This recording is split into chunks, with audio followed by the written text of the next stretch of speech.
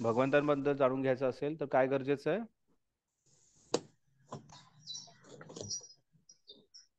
बरोबर आहे. कोण कोण भगवंतांबद्दल ज्ञान प्राप्त करू शकतं?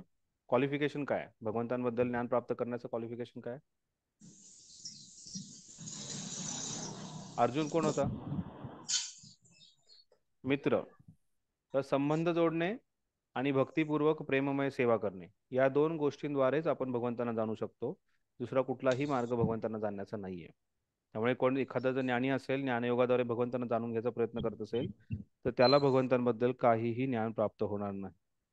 पुढच्या पॅराग्राफमध्ये प्रोपास सांगतायत की मनुष्य जितके भगवंतांबद्दल श्रवण करतो तितक्या प्रमाणात तो भक्तीमध्ये दृढपणे स्थिर होतो. मनुष्याने नेहमी भक्तांच्या संगतांमध्ये भगवत कथेचे श्रवण करावे. त्यामुळे त्याची भक्ती मार्गातील श्रद्धा दृढ होईल. श्रद्धा आणि ज्ञान याचं वर्णन करणारा श्लोक कुठे येतो भगवद्गीतेत? हम्म श्रद्धावान श्रद्धावान लभते ज्ञानम. पुढे काय होतं? त्याचं काय होतं? श्रद्धावान लभते ज्ञानम. श्रद्धावान जो आहे त्याला ज्ञान प्राप्त होतं. त्याला काय मिळतं त्याने प्राप्त झाल्यानंतर?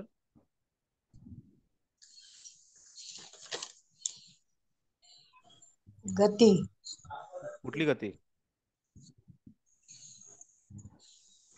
लभते शांतीम पराम अचिरेन अधिगच्छति. नाम व्यक्तीला जी भगवान शांती आहे ती लगेच प्राप्त होते. अचिरेन अधिगच्छति भगवंत सांगतात. ज्या व्यक्तीची श्रद्धा आहे, ज्याने त्याला श्रद्धेने जो ज्ञानाचा स्वीकार करतो, आणि ज्या व्यक्तीची श्रद्धा नसते त्याचं काय होतं?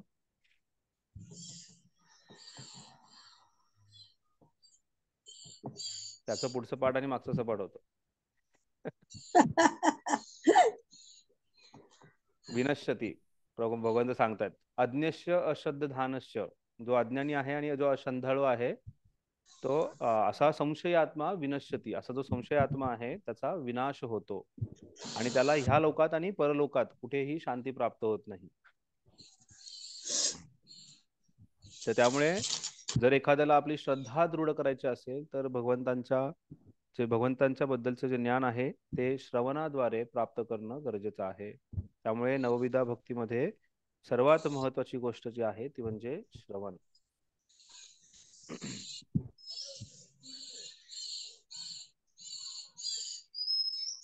पुन्हा एकदा भगवंतांनी सांगितलंय ह्या श्लोकामध्ये, महत्वाचा श्लोक आहे.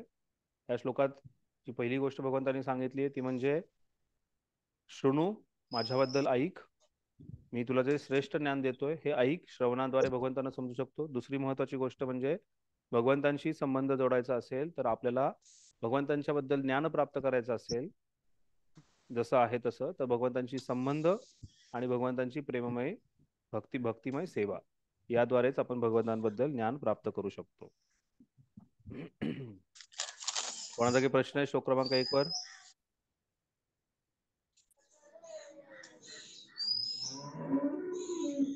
श्लोक क्रमांक 2. नमे विदु सुरगणः न मे प्रभवं विदुषु न महर्षय प्रभवं न महर्षः हम आदिर्हि देवानां अहम् आदि महर्षीणां च सर्वशः. देवर्षीणां च सर्वशः. इथे भगवंत सांगतायत की मला समजणं जे आहे हे अचिंत्य आहे. भगवंतांना समजणं जे आहे हे शक्य नाहीये.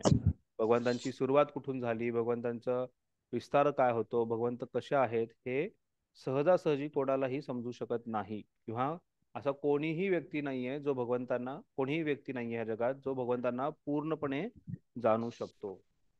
माझी उत्पत्ती किंवा ऐश्वर्य देवतांना कळत नाही. नमे विदू सूरगणा. सूरगण जे आहेत म्हणजे देवता आहेत. अशा व्यक्तींना माझे उगमस्थान काय आहे, माझी उत्पत्ती काय आहे, ऐश्वर्य काय आहे हे समजू शकत नाही. तसेच महर्षींना कळत नाही, कारण सर्व प्रकारचे देवतांचे आणि महर्षींचे मूळ मीच आहे. भगवंत जे आहेत हे सर्व देवतांचे आणि महर्षींचे मूळ आहे. इथे भगवंत हळूहळू स्वतःचं आता ऐश्वर्य जे आहेत हे सांगायला सुरुवात करतात. पहिल्यांदा ऐक म्हणून सांगितलंय, आता इथे सांगितलंय की भगवंत जे आहेत हे सर्व देवतांचे आणि ऋषी मुनींचे महर्षींचे मूळ आहेत. सप्तऋषी आहेत किंवा जे काही महर्षींबद्दल आपण महान ऋषींबद्दल ऐकतो, किंवा आणखीन आपण 7व्या श्लोकात पाहणार की जे जे काही या सृष्टीची उत्पत्ती करणारे मनु महाराज आहेत किंवा त्यांची जे उत्पत्ती करणारे ब्रह्मदेव, हे सर्व काही आहेत हे भगवंतांपासून आलेले आहेत. भगवंत हे सर्व गोष्टींचे स्त्रोत आहेत. तर हे देवता किंवा जे बाकीचे महर्षी सुद्धा भगवंतांचं उत्पत्ती किंवा भगवंतांचं ऐश्वर जाणू शकत नाहीत. तात्पर्य: ब्रह्मसंहितेमध्ये सांगितल्याप्रमाणे श्रीकृष्ण हे स्वयं परमेश्वर आहेत. ईश्वरा परमकृष्ण सच्चिदानंद विग्रह अनादिर आदिर गोविंद सर्व कारण कारणम. याच्यामध्ये काय सांगितलंय? ईश्वर परमकृष्ण, कृष्ण जे आहेत हे परम ईश्वर आहेत. सच्चिद आनंद विग्रह, हे सत चित आणि आनंदाचे विग्रह आहेत, स्त्रोत आहेत. हे सच्चिद आनंद विग्रह पूर्णपणे आहेत. अनादिर आदिर गोविंद, यांची सुरुवात किंवा त्यांचा अंत कोणालाही माहित नाहीये. ते आदी म्हणजे सुरुवात, ह्या सृष्टीच्या सुरुवातीपासून आहेत. सर्व कारण कारणम, हे सर्व कारणांचे कारण आहेत. ही गोष्ट सहजासहजी देवतांना किंवा महर्षींना सुद्धा कळत नाही. प्रभात पुढे लिहितायत, मोठ्या मोठ्या देवदेवता महर्षींना श्रीकृष्णांना जाणणे शक्य नाही. त्यांना भगवंतांचे नाम किंवा त्यांचे स्वरूपही समजू शकत नाही. मग या सूक्ष्म ग्रहावरील तथाकथित विद्वानांबद्दल काय बोलावे? कोणीही जाणू शकत नाही कशासाठी भगवंत मानव सदृश रूपात या भूतलावर अवतरित होऊन अद्भुत आणि असामान्य लीला करतात. एवढं भगवंतांना समजणं अशक्य आहे. आणि त्या दुर्भाग्याची गोष्ट, कलियुग जसा वाढत चाललाय तसा सर्रास सगळ्या ठिकाणी कुठलाही वर्तमानपत्रामध्ये जर रामायण महाभारताची कुठली चर्चा असेल किंवा भगवंतांच्या कुठल्याही लीलेचं वर्णन असेल तर तिथे मायथॉलॉजी हा शब्द वापरला जातो. मायथॉलॉजी म्हणजे थोतांड. काय मराठीत काय म्हणतात त्याला? हा, नाही नाही नाही, काल्पनिक. काल्पनिक मायथॉलॉजी, मिथ. मिथ मिथ जे आहे, जे मनोकल्पित आहे किंवा जे थोतांड आहे, किंवा हे चुकीची गोष्ट आहे असं सांगण्यात येतं. तर कसं काय भगवंतांबद्दल कोणी समजू शकतं? इथं जर मायथॉलॉजी ही सत्यच नाहीये, ही गोष्ट मांडलंच नाही कोणी, तर काहीच मुलांना समजणार नाहीये किंवा काहीच कोणाला आता समजणार नाहीये. आजकाल सर्रास प्रत्येक शाळेच्या पुस्तकांमध्ये सुद्धा रामकृष्ण कुठल्याही लीला आल्या तर तिथे मायथॉलॉजी मध्ये असं सांगितलं आहे. किंवा ते आजकाल सगळ्यांना गुगलवरती शोधाची सवय असते, पण प्रत्येक वेळेस मी गुगलमध्ये कुठली गोष्ट काढली, म्हणजे दामोदर अष्टकमचं सुद्धा एका गुगलच्या ह्याच्यामध्ये वर्णन करण्यात आलंय की एका मायथॉलॉजी मध्ये असं वर्णन करण्यात आलंय की कृष्ण नावाचं दामोदर म्हणून ती जी काही लीलाचे पूर्ण वर्णन केलं. हे पूर्ण लीलेचं वर्णन करतात, मग ते विकिपीडियामध्ये जा, कुठेही जा. तर सर्रास ह्या गोष्टीला थोतांड मानलं जातंय. अशा व्यक्तींना काय समजणार आहे? आणि असे भरपूर जण आहेत जे भगवंतांना आपल्या पांडित्याद्वारे समजण्याचा प्रयत्न करतात. पुढे प्रभुपाद लिहितात की निर्विशेषवादी असे भरपूर आहेत, जे ज्ञानी आहेत, ब्रह्मवादी आहेत, ते सुद्धा भगवंतांना ब्रह्मन इथपर्यंतच समजू शकतात. भगवंत जे पूर्ण पुरुषोत्तम भगवंत आहेत, षड ऐश्वर्य पूर्ण भगवंत आहेत, त्यांना पूर्णपणे समजू शकत नाहीत. आणि असे कित्येक ऋषीमुनी आहेत. स्वतः शंकराचार्य हे स्वतः शिवजींचे अवतार आहेत. ते स्वतः भगवंतांचे नित्य पार्षद आहेत. त्यांना भगवंतांबद्दल सर्व काही ज्ञात आहे. पण त्यांनीही आल्यानंतर त्यावेळेसची परिस्थिती पाहून, त्यावेळेसची लोकांची समजदारी पाहून त्यांनी ब्रह्मन किंवा मायावाद याचंच तत्व दिलं की सर्व काही एक आहे, सर्व काही ब्रह्मनमध्ये लीन होणार आहे आणि परमसत्य हे ब्रह्मनच आहे, एवढं सांगितलं. त्यामुळे भगवंतांना जर समजून घ्यायचं असेल तर भगवंतांचीच कृपा प्राप्त होणं गरजेचं आहे. तेने ब्रह्महृदय आदि कवे मुह्यंती यत सूरया. पहिल्या श्लोकामध्ये येतं भागवताच्या. भगवंत तिथे वर्णन करतायत की ब्रह्माजींच्या हृदयामध्ये त्यांनी हे दिव्य ज्ञान जे आहे हे प्रकट केलं. आपण गुरुपूजेतही गातो. काय गातो? दिव्य ज्ञान हृदय प्रकाशितो. फक्त गुरूंची आणि कृष्णाची कृपा झाली तरच हे दिव्य ज्ञान जे आहे हे हृदयामध्ये प्रकाशित होतं. त्यामुळे भगवंत चौथ्या अध्यायाच्या शेवटी ज्ञानाचं वर्णन करताना सांगतात की भगवंत सांगतात की जो ह्या ज्ञानामध्ये रुची घेईल, त्याच्यावरती विश्वास ठेवेल, तो व्यक्ती जो आहे ह्या ज्ञानाचं रसास्वादन करू शकेल. जर विश्वास नसेल तर कोणीही याचं रसास्वादन करू शकत नाही. त्यामुळे भगवंतांबद्दल कोणीही साधारण मनुष्य जाणू शकत नाही आणि विशेष करून त्याच्या पांडित्याचा किंवा तथाकथित विद्वत्वाचा काहीही उपयोग होत नाही. भगवंत प्रभुपाद लिहित आहेत, मग या सूक्ष्म ग्रहावरील तथाकथित विद्वानांबद्दल काय बोलावे. कोणीही जाणू शकत नाही की कशासाठी भगवंत मानव सदृश रूपात या भूतलावर अवतरित होऊन अद्भुत असामान्य लीला करतात.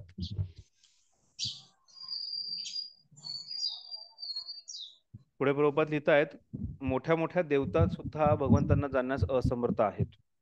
ते त्यांना अपूर्ण इंद्रियांची पराकाष्ठा करून तर्क करू शकतात व निराकार वादाचा विरुद्धार्थी निष्कर्ष काढू शकतात. आपण भगवंतांना न जाणण्यासाठी आपल्याकडे 4 त्रुटी आहेत. त्यामुळे आपण साधारण मनुष्य किंवा कोणताही जीवात्मा भगवंतांना समजू शकत नाही. काय 4 त्रुटी आहेत? अपूर्ण इंद्रिय, एक एक एक एक अल्पबुद्धी नाही, भ्रमित होणे, फसवण्याची वृत्ती, अपूर्ण भ्रमित इंद्रिय, होणे, भ्रमित होणे, चुका करणे, टेंडन्सी टू कमिट मिस्टेक, आणि भ्रमात पडणे. तर ह्याला लक्षात ठेवण्यासाठी एक सिक्वेन्स आहे. काय? नाही, ते तसा नाही. आपले इंद्रिय अपूर्ण आहेत. आपले अपूर्ण इंद्रिय असल्यामुळे आपण काय करतो? चुका करतो. आणि आपण जेव्हा चुका करतो त्यावेळेस आपण फसवतो. जेव्हा चुका होतात ती लपवण्याची प्रयत्न करतो किंवा चुकांद्वारे आपण फसवतो. आणि जेव्हा फसवणूक होते त्यावेळेस स्वतःचं आणि दुसऱ्यांना आपण भ्रमात टाकतो. तर त्यामुळे ह्या गोष्टींमुळे आपण भगवंतांना, ह्या 4 त्रुटींमुळे भगवंतांना समजू शकत नाही. आणि अशा अपूर्ण इंद्रियातून लोक जास्तीत जास्त काय तर निराकार, निर्विशेष, निर्गुण अशा भगवंतांचं वर्णन करतात. पुढच्या पॅराग्राफमध्ये प्रभुपाद सांगतात, या ठिकाणी भगवंत अप्रत्यक्षपणे म्हणतात की जर कोणाला परम सत्य जाणून घ्यायचे असेल तर पहा की मी त्या ठिकाणी पुरुषोत्तम भगवान म्हणून उपस्थित आहे. मीच परम सत्य आहे. मनुष्याने हे जाणणे आवश्यक आहे. स्वयं उपस्थित असणाऱ्या भगवंतांना जरी मनुष्य जाणू शकला नाही तर ते विद्यमान असतातच. सच्चिदानंद स्वरूप श्रीकृष्णांना आपण त्यांच्या श्रीमद भगवद्गीतेतील आणि भागवतातील उपदेशांचे अध्ययन करून वस्तुतः जाणू शकतो. त्यामुळे ही श्रद्धा असणं फार गरजेचं आहे की हे जे आहे हे भगवंतांचं गीत आहे. हे भगवंतांनी गायलेलं गीत आहे. हे कोणीही ऋषीमुनींनी लिहिलेलं नाहीये, कोणीतरी बुद्धिजीवाने लिहिलेलं नाहीये, कोणाला तरी आली स्फूर्ती म्हणून लिहिलेलं नाहीये. हे जे आहे हे स्वतः भगवंतांनी लिहिलेलं आहे. भगवंतांनी गायलेलं गीत आहे. त्यावरती विश्वास असणं गरजेचं आहे. आणि जेव्हा माणसाचा त्यावरती विश्वास असतो त्यावेळेस माणूस त्या गोष्टीला पालन करायला त्याला कसलीही चिंता नसते. भगवंतांनी एवढं सगळं ज्ञान देऊन अर्जुनाचं पुन्हा एक चेक केलं की अर्जुनाचा विश्वास आहे का. त्यामुळे अर्जुना म्हणे, यथा इच्छसी तथा करू, जशी तुझी इच्छा तू कर. त्याच्यानंतर अतिशय श्रद्धेने, दृढतेने, प्रेमाने भगवंतांना अर्जुनाने उत्तर दिलं, काय? करिष्ये वचनम तव, हे तुमचं जे वचन आहे ते नक्की पालन करेल. त्यामुळे आपला हा दृढ विश्वास असणं गरजेचं आहे की हे भगवंतांनी दिलेलं ज्ञान आहे. आणि जेव्हा आपल्याला हे समजतं त्यावेळेस आपण कशाही प्रकारे विचलित न होता भगवंतांच्या दृढ श्रद्धेने आपण भगवंतांच्या पर्यंत पोहोचू शकतो. आज सत्यवती माताजींचं मेमोरियल आहे. मला आठवतंय की माताजींचं तिथे तर बोलायला भेटणार नाही त्यामुळे ते बोलून घेतो. माताजी आणि मी, म्हणजे माताजी, मी तिकडे उरळकांचीला ट्रीटमेंटला गेलो होतो त्यावेळेस माताजी तिथे ट्रीटमेंटला होत्या. आणि त्यावेळेस तिथले जे डॉक्टर्स आहेत त्यांच्यासाठी एक प्रोग्राम होता. तर ते म्हणत होते की तुमच्या कोणी बोलू शकतं का. तर माताजींना खूप रिक्वेस्ट करत होती, माताजी तुम्ही बोला. माताजी म्हणाले, नाही तुम्ही ब्रह्मचारी आहे, तुम्हालाच बोलणं गरजेचं आहे. मला ढकललं माताजीने शेवटी. आणि नंतर मी तिथे बोलायला लागल्यानंतर 5 मिनिटानंतर माताजी तिथून बसल्या. आणि माताजी आल्यानंतर मी नवीन होतो, मी फार म्हणजे ऑलमोस्ट एक 8-9 वर्षापूर्वीची गोष्ट आहे. त्यावेळेस प्रचाराला जस्ट सुरुवात केली होती. मग मी सुरू केलं भगवद्गीतेचे 5 टॉपिक आणि जीव, काल, ईश्वर सगळ्या ह्या गोष्टी बोलायला, जे काही भक्तिशास्त्री त्यावेळेस फ्रेश शिकलेलं होतं सगळं बोलायला सुरुवात केली. अर्धी लोक कन्फ्युज होती की काय चाललंय, काय बोलतायत. अर्ध्या लोकांना समजत होतं. सगळं झाल्यानंतर माताजींना म्हटलं, माताजी काय चुकलं. माताजींनी सांगितलं, नाही छान होतं. म्हणले, माताजी प्लीज सांगा काय चुकलं. माताजी म्हणाल्या की तुम्ही हे टॉपिक बोलायला नको होता, ज्या तुम्ही साधं काहीतरी बोलणं गरजेचं होतं, लोकांना नव्हतं समजत नव्हतं एवढं. तर त्यानंतर माताजी म्हणाले, माताजी तुम्ही एवढं अध्ययन केलं, एवढे सिनियर आहात, मला तुमचा भागवतम क्लास ठेवायचा. त्यावेळेस मी मंदिरातले भागवतम क्लास फिक्स करायचो. मला तुमचं भागवतम ठेवायचं. माताजी म्हणाल्या की माझी तेवढी लायकी नाहीये. मी आतापर्यंत फक्त भगवद्गीता वाचलेली आहे आणि भगवद्गीतेबद्दलच बोलते. मी भागवतम अजून वाचलंच नाहीये. भागवतमला जायची माझी तेवढी लायकीच नाहीये. मला आधी समजून घेऊ दे भगवद्गीता काय. म्हणलं माताजी तुम्ही किती वेळा वाचली भगवद्गीता? म्हणजे आतापर्यंत फक्त 50च वेळा वाचून झाली भगवद्गीता. त्यावेळेस 2012 ऍक्च्युली 12-13 10 वर्षापूर्वी 10 वर्षापूर्वी त्यांनी 50 वेळा भगवत. आणि आता जेव्हा ते आजारी पडल्यात त्यावेळेस त्यांनी भागवतम वाचायला सुरुवात केली. तोपर्यंत भगवद्गीताच पूर्णपणे वारंवार वारंवार वारंवार वाचून सखोल. माताजी जेव्हा भगवद्गीतेवर बोलायचे सगळे मेस्मराईज होऊन बसायचे. सखोल त्यांनी अभ्यास केला होता. तर जेव्हा भगवंतांवरती आणि तो दृढ विश्वासाने ह्या गोष्टी वाचू शकत होते आणि दृढ विश्वासाने लोकांना सांगू शकत होते, त्यामुळे शेकडो शेकडो जण ते भक्त झाले माताजींमुळे. कित्येक माताजी त्यांच्या एका एका कार्यक्रमात 70-80 माताजी असायचे. एकदा कार्यक्रम म्हणजे आठवड्यातून महिन्यातून माताजी 27 दिवस क्लास द्यायच्या. 27 प्रवचन द्यायचे माताजी महिन्यातून. एवढं त्या प्रवचन द्यायचं आणि एवढं त्यांनी क्लास द्यायचं. त्यामुळे आपल्यासमोर अशी उत्कृष्ट उदाहरण सध्याही आहेत ज्यांनी आपल्या जीवनाची सफलता प्राप्त केलेली आहे, भगवंतांच्या चरण कमलाची सेवा प्राप्त केलेली आहे, ह्या दृढ विश्वासाने की इथे जे आहे हे श्रीकृष्ण भगवंतांनी दिलेलं ज्ञान आहे. त्यामुळे भगवंत जेव्हा सांगतात की अंतकालेचे मामेव स्मरण मुक्त्वा कलेवरम, नक्की त्याचं स्मरण होईल जर आपण हे दृढ विश्वासाने निरंतर भगवंतांचं नामस्मरण करत राहील, तर नक्की आपल्याला तो भगवंतांचं स्मरण होईल आणि नक्की आपली भगवंतांची प्राप्ती होईल. आणि अशा धामात गेल्यानंतर यद्गत्वा निवर्तते तद्धाम परम.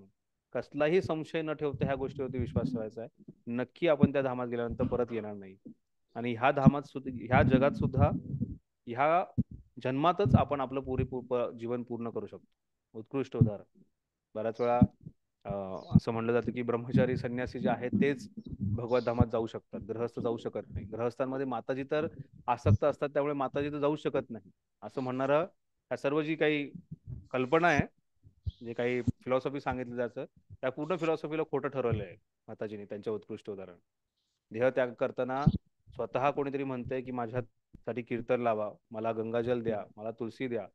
किती चेतना, उत्कृष्ट दर्जाची चेतना आणि भगवंतांचं स्मरण करत देह त्यागलेलं आहे. तर हा दृढ विश्वास असणं गरजेचं आहे की हे जे ज्ञान आहे हे कृष्णाने स्वतः सांगितलेलं आहे आणि ह्याचं पालन जर केलं तर आपलं जीवन जे आहे हे सफल होणार. श्लोक क्रमांक 3. कोणाचा प्रश्न आहे श्लोक क्रमांक 2 वर? काही संशय? सगळे श्रद्धाळू भक्त माझ्यासमोर बसले, संशय असूच शकत नाही. श्लोक क्रमांक 3. यो माम अज अनादि अज अनादिम च वेत्ति लोकमहेश्वरम असमूढ़ समूर्तेषु सर्व पापे प्रमुच्यते. सर्व पापे प्रमुच्यते. जो व्यक्ती भगवंतांना जाणतो तो पापापासून मुक्त होतो, इथे सांगितलेलं आहे. सर्व पापांपासून मुक्त होतो. सर्व मनुष्यांमध्ये मोहरहित झालेला जो मनुष्य मला मोहरहित, मोहित नाहीये, मोहरहित आहे. सर्व मनुष्यांमध्ये मोहरहित झालेला जो मनुष्य मला अजन्मा अनादी सर्व जगतांचा स्वामी म्हणून जाणतो.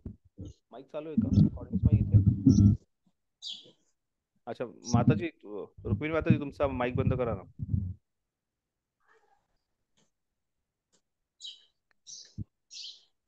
अनादी सर्व जगताचा स्वामी म्हणून जाणतो तोच केवळ सर्व पापांपासून मुक्त होतो.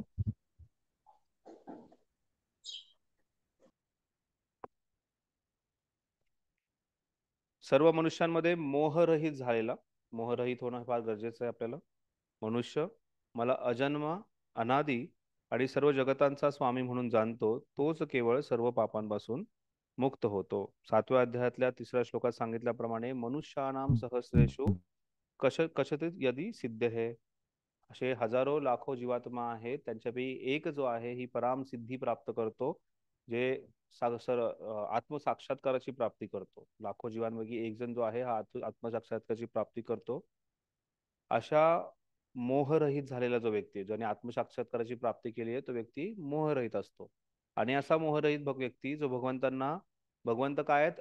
अनादी आहेत, अजन्म आहेत हे जाणतो आणि सर्व जगताचे स्वामी आहेत. ईश्वरा परमकृष्ण सच्चिदानंद विग्रह अनादिर आदिर गोविंद हे जो जाणतो, भगवंत स्वामी आहेत हे जाणतो, तो सर्व पापांपासून मुक्त होतो. म्हणजे कृष्णाला पूर्ण पुरुषोत्तम भगवंत हे मानणे आणि जाणणे, असं जो व्यक्ती जाणतो तो व्यक्ती सर्व पापांपासून मुक्त होतो. या श्लोकामध्ये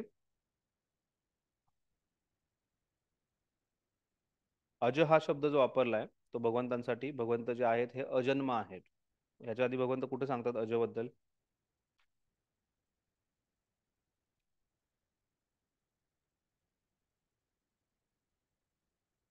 आठवते काही?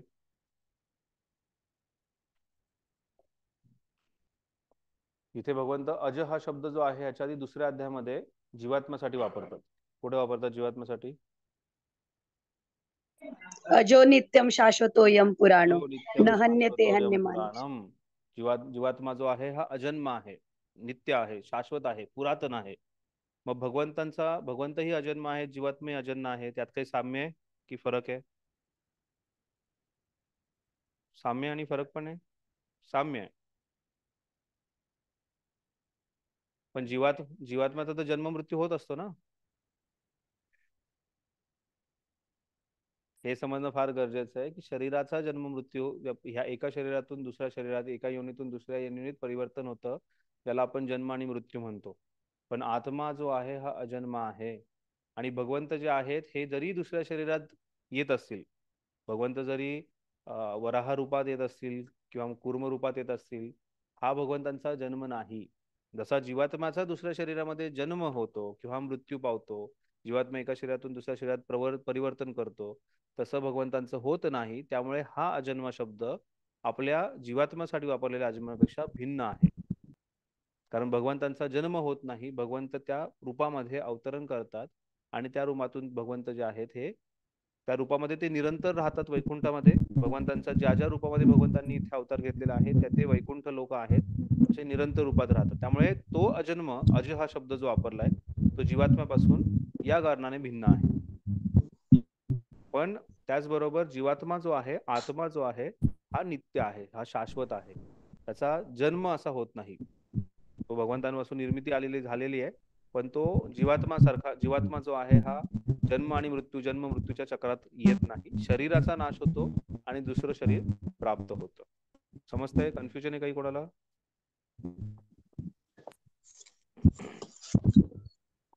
प्रभुपाद लिहितात दुसऱ्या पॅराग्राफमध्ये, या श्लोकामध्ये भगवंतांचे वर्णन अज अर्थात अजन्म या शब्दाने करण्यात आलेलं आहे.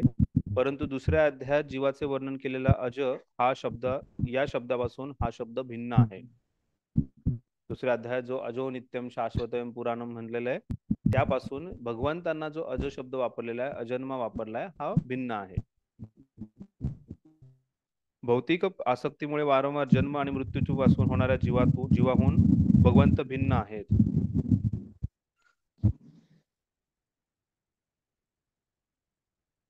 भौतिक आसक्तीमुळे वारंवार जन्म आणि मृत्यू होणाऱ्या जीवाहून भगवंत भिन्न आहेत. बद्ध जीवात्मे देहांतर करीत असतात, परंतु भगवंतांचा देह कधीच बदलत नाही. जेव्हा ते या भौतिक जगतात अवतरित होतात तेव्हा सुद्धा ते अजन्मा म्हणूनच येतात.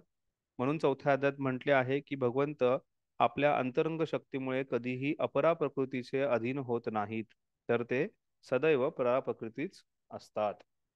जीवात्मा जो आहे हा अपरा प्रकृतीच्या अधीनतेत येतो. भगवंत जे आहेत हे परा प्रकृती असतात नेहमी, ते अपरा प्रकृतीच्या अधीनतेत कधीही येत नाहीत. या श्लोकामधील व्यक्ती लोक महेश्वर शब्द दर्शवतात की भगवंत सर्व विश्वाचे लोकांचे स्वामी आहेत. हे मनुष्याने जाणले पाहिजेत. भगवंत सृष्टीच्या पूर्वीही अस्तित्वात होते आणि ते आपल्या सृष्टीहून भिन्न आहेत. सर्व देवी देवतांची निर्मिती या भौतिक जगतातच झाली, परंतु भगवान श्रीकृष्ण अजन्म आहेत. म्हणून ब्रह्मदेव आणि शंकर इत्यादींसारख्या मोठ्या मोठ्या देवतांहूनही ते भिन्न आहेत. आणि ब्रह्मदेव आणि शिव आणि सर्व देवतांनीची त्यांनीच निर्मिती केल्यामुळे ते सर्व लोकांचे महेश्वर आहेत.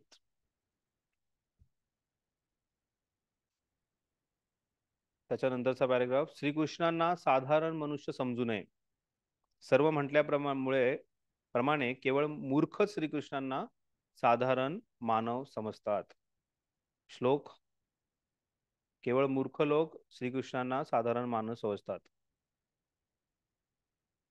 श्लोक,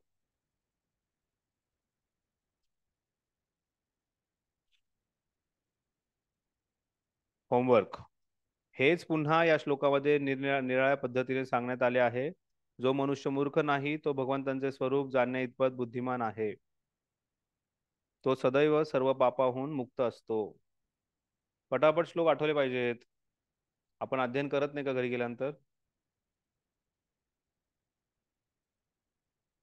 repetition of makes man perfect, Prabhupada says. वारंवार एक गोष्ट वाचली. आणि हे श्लोक तर प्रचारासाठी महत्वाचे आहेत. तुम्ही सर्व प्रचारक आहात. जर श्रीकृष्ण देवकी पुत्र म्हणून जाणले जातात तर ते अजन्म कसे होऊ शकतात याचे विश्लेषणही श्रीमद भागवतात करण्यात आले आहे. जेव्हा ते वसुदेव आणि देवकी समोर प्रकट झाले तेव्हा एखाद्या सामान्य बालकाप्रमाणे ते जन्मलेले नव्हते. ते त्यांच्या मूळ रूपात प्रकट झाले आणि नंतर सामान्य बालकामध्ये त्यांनी स्वतःचे रूपांतर केले. भगवंत कुठेही असं दाखवलेलं नाही की बाबा त्यांचा जन्म झालाय आईच्या गर्भातून. या या ज्या जन्माच्या ज्या यातना आहेत त्या भगवंतांना कुठेही भोगावं लागल्या नाहीये. अवजानांती माम मूढा. बरोबर. श्रीकृष्णांच्या मार्गदर्शनाखाली जे कर्म केले जाते ते सर्व दिव्य असते. हे कर्म शुभ आणि अशुभ अशा भौतिक परिणामांनी दूषित होऊ शकत नाही. प्राकृतिक जगातील शुभाशुभत्वाची संकल्पना ही कमी अधिक प्रमाणात मनकल्पितच गोष्ट आहे. कारण या भौतिक जगतात कोणतीच गोष्ट शुभ नाही. प्रत्येक जण आपल्या घराच्या बाहेर लिहितो शुभ लाभ, शुभाचा लाभ व्हावा. आणि कशासाठी शुभ लाभ कशाने करतात? जास्तीत जास्त लक्ष्मीपूजन करतात. पण त्या लक्ष्मीची पूजा करून उपयोग नाही. नारायणाची पूजा करणं गरजेचं आहे. नारायणाची पूजा करतच नाहीत, फक्त लक्ष्मीच्या पाठवे लागतात. मग तिच्या लक्ष्मी फार चंचल आहे. मग ती चंचल लक्ष्मी इकडून तिकडे निघून जाते. मग त्यावेळेस अशुभ अशुभ अशुभ होतं. फक्त शुभ लाभ होत नाही. शुभ लाभ जर पाहिजे असेल तर नारायणाला, कृष्णाला शरण जाणं गरजेचं आहे. आणि या भौतिक जगतामध्ये शुभ असं काहीच नाहीये. या भौतिक जगात शुभ शोधण्याचा जर प्रयत्न केला तर तो फक्त भगवंतांच्या चरणी आहे, दुसरी कुठे नाही. कारण मुळात भौतिक प्रकृतीच अशुभ आहे. आपण ही शुभ असल्याची केवळ कल्पना करतो. परंतु पूर्ण भक्तिभावाने आणि सेवाभावाने केलेल्या कृष्ण भावना भावित क्रियांवरच खरे मांगल्य अवलंबून असते. सर्व मांगल्य मांगल्य. म्हणून जर आपल्याला आपले कर्मे शुभदायी करायची असतील तर आपण भगवंतांच्या मार्गदर्शनाखाली कार्य केले पाहिजे. सर्व मार्गदर्शन श्रीमद भागवतम आणि भगवद्गीता यासारख्या शास्त्रांमध्ये किंवा प्रामाणिक आध्यात्मिक गुरूंद्वारे दिले जाते. आध्यात्मिक गुरु हे भगवंतांचे प्रतिनिधी असल्या कारणाने त्यांनी केलेले मार्गदर्शन म्हणजे प्रत्यक्ष भगवंतांनी केलेलेच मार्गदर्शन होय. यात्रेमध्ये कोण कोण होतं? कुठला मुद्दा असा स्ट्रायकिंग यात्रेमधला ज्याच्यामध्ये आपल्याला वाटतं की महाराजांनी सांगितलं की हे तुम्ही पालन केलं तर नक्कीच तुम्हाला भगवंतांची प्राप्ती होईल, हृदयाचं शुद्धीकरण होईल? आठवतंय किंवा एनिवेज तुम्हाला काही जे काय आवडलं असेल किंवा आठवलं असेल त्याच्यावर नोट्स नाही बघायच्या. स्ट्रायकिंग पॉईंट म्हणजे असं तो हृदयात गेलेला असतो.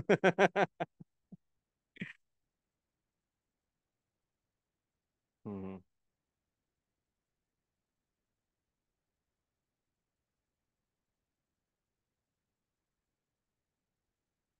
मला यात्रेमध्ये आवडलेला पॉईंट सगळ्यात म्हणजे जो मला फार स्ट्रायकिंग वाटला तो म्हणजे महाराज म्हणत होते भागवत श्रवण बद्दल. महाराज म्हणत होते की रोजच्या रोज नियमितपणे भागवत श्रवण करणं गरजेचं. जो व्यक्ती रोजच्या रोज भागवत श्रवण करेल त्याचं हृदय जे आहे हे शुद्धीकरण होईल पूर्णपणे. आणि जेव्हा हृदय शुद्धीकरण होईल त्यावेळेस नक्की त्याला कृष्णप्रेम प्राप्ती होईल, महाराज सांगत होते त्यावेळेस.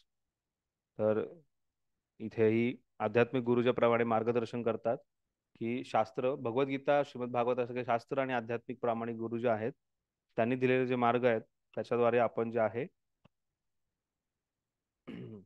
शुभ जे आहे, मांगल्य जे आहे हे प्राप्त करू शकतो. नाही तर दुसरं काहीही मांगल्य या जगात नाहीये.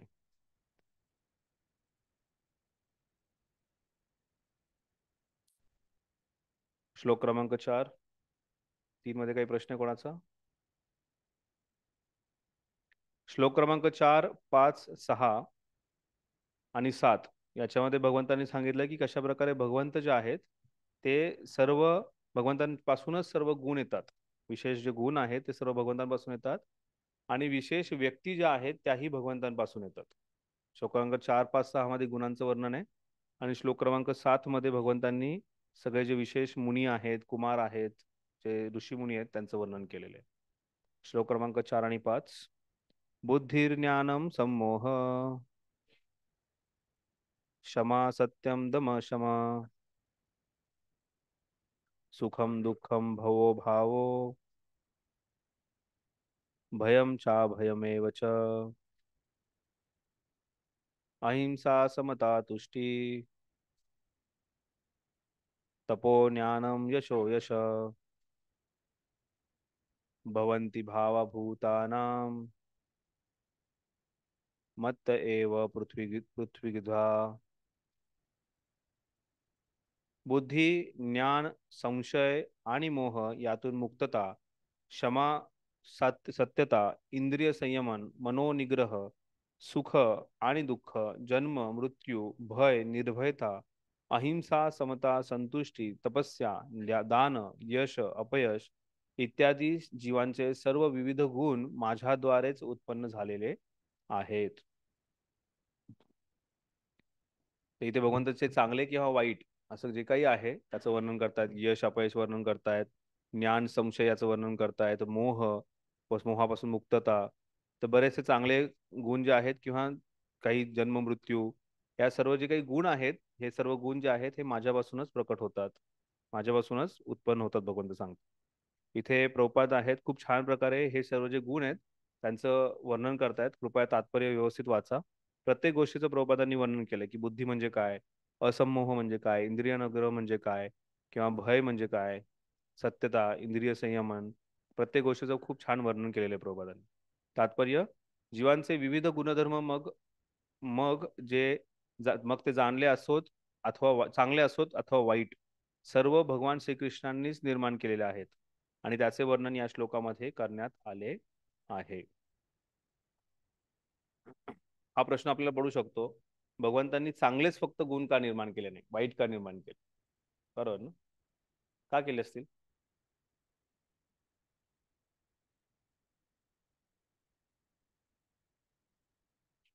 हा, आवश्यक आहे भौतिक जगतासाठी. प्रकृतीचा समतोल राखण्याकरता प्रभूजी. प्रकृतीचा समतोल राखण्यासाठी. अच्छा, मग आपण पण वाईट गोष्टी केल्या पाहिजेत ना, मग समतोल राहील. फक्त चांगल्या गोष्टी करायला नको, वाईट पण करायला हव्यात. वाईट गुण काय आहे हे कळलं तर प्रभूजी चांगल्याची किंमत लोकांना कळेल, म्हणजे मग. अच्छा, ओके.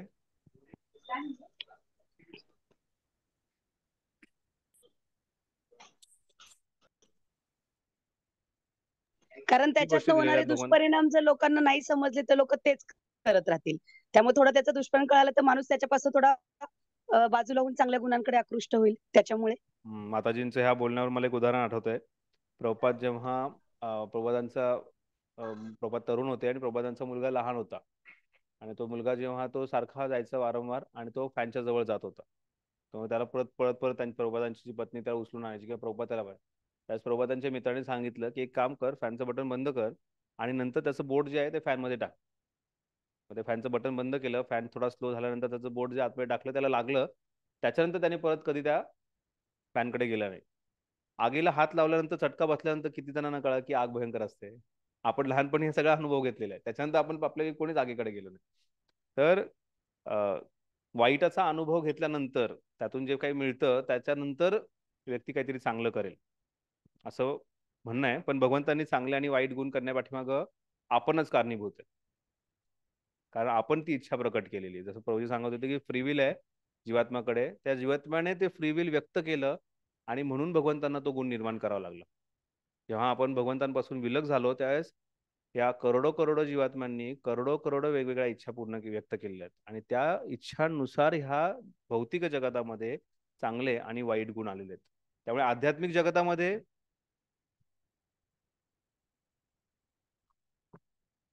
बरोबर, तो एक खूप मोठा हे आहे की मग आपण असंही म्हणू शकतो ना, भगवंतांना माहिती होतं की बाबा हे भौतिक जगत भयंकर आहे, मग तरी पण माझ्या मनात इच्छाच का आली भौतिक जगतात जायची, किंवा हे भौतिक जगत निर्माण केलं आहे कारण जीवात्म्यांच्या इच्छेमुळे निर्माण केलेलं आहे. तर तिथे काय झालं, आपली ती विलग होण्याची इच्छा का झाली ते माहित नाहीये, पण ती इच्छा झाली म्हणून आपण इथे हे एवढं नक्की आहे आणि त्यामुळे ती इच्छा पूर्ण आपल्याला त्या इच्छा जी आहे ती समूळ त्याचा नाश करायचा आहे, जाळून राख करायची त्याची, आणि पुन्हा ती इच्छा येऊ नये याचा प्रयत्न करायचा. आणि त्यामुळे पूर्णपणे गुरु आणि कृष्णाला शरणागत होणं अतिशय गरजेचं आहे. बुद्धी म्हणजे यथार्थ दृष्टीने विश्लेषण करण्याचे सामर्थ्य होय, आणि ज्ञान म्हणजे चेतन आणि जड पदार्थ वस्तूंना तत्वतः जाणणे. विश्वविद्यालयीन शिक्षणामध्ये जे ज्ञान प्राप्त केलेले असते ते केवळ पदार्थाशी संबंध आहे, म्हणून त्या ठिकाणी अशा शिक्षणाचा ज्ञान म्हणून स्वीकार करण्यात आलेला नाही. तर आपण जे काही शाळेत शिकतो, कॉलेजात शिकतो, हे ज्ञान नाहीये. तर ज्ञान म्हणून त्याचं कोणी जर विश्लेषण करत असेल तर ते चुकीचं आहे. ज्ञान म्हणजे चेतन, जे पदार्थ, जे मॅटर आहे, जे मृत आहे, काय म्हणतात मॅटरला, जड आहे, त्याला ज्ञान म्हणू शकत नाही. ज्या जड गोष्टीबद्दल जड तत्वाबद्दल वर्णन करतं त्याला ज्ञान म्हणू शकत नाही.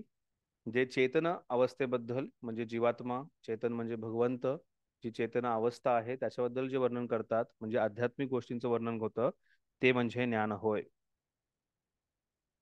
असमोह म्हणजे, ह्याच्याबद्दल आपण भरपूर चर्चा केली, तुम्ही श्लोकही काढले होते भरपूर. एखादा श्लोक सांगू शकतो असमोहाबद्दल, महेश भाऊ?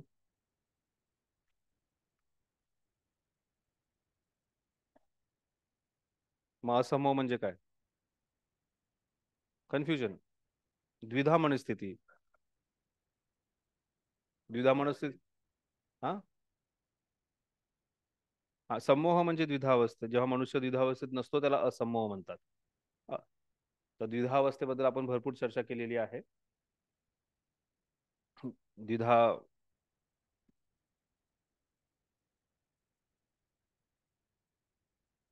शीतोष्ण सुखद, मात्रा स्पर्श असतो कोणतेय, शीतोष्ण सुख दुःखदा. अजून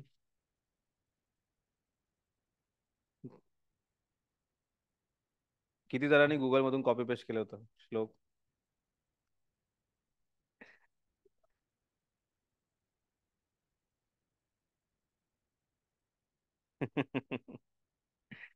ठीक आहे, ऑनलाईन भक्त उत्तर देऊ शकतात हा. हरे कृष्णा प्रभुजी, दंडवत प्रणाम. येस. हा प्रभू, तुम्ही श्लोक विचारलेच होते ना सगळ्या द्विधा हो, मनस्थिती. मग एखादा श्लोक सांगा ना त्यातला. कॉपी केलेली. प्रभुजी एवढं पाठ नाही, पण आपण जर द्विधा मनस्थितीत असलं तर आपण निर्णय पण घेऊ शकत नाही ना. आणि म्हणजे असं नाही म्हणते, पण एक सर्वसामान्य असं की द्विधा मनस्थितीत असल्यामुळे निर्णय पण घेता येत नाही आपल्याला. आणि हो हो हो, हे कुठलंही हे हे माहिती माताजी. श्लोक भगवंतांनी कुठे सांगितलंय ते विचारतो मी. प्रभुजी, लाभा लाभव जया जय असं काहीतरी श्लोक आहे, तेव्हा सुरुवात नाही आठवते. काहीतरी. समय ठीक आहे, तर तुम्ही जी जी म्हणजे जय प्रश्नांची उत्तरं मला पराजयाची पाठवली आहेत, तर जर अपेक्षा न चुकून करता तू तुमच्याकडे युद्ध ते कर. पेपर असतील तर सख दुःखे समय कृत्वा लाभा लाभो जया जयो. अजून आठवा. त्याची सुरुवात काय आहे?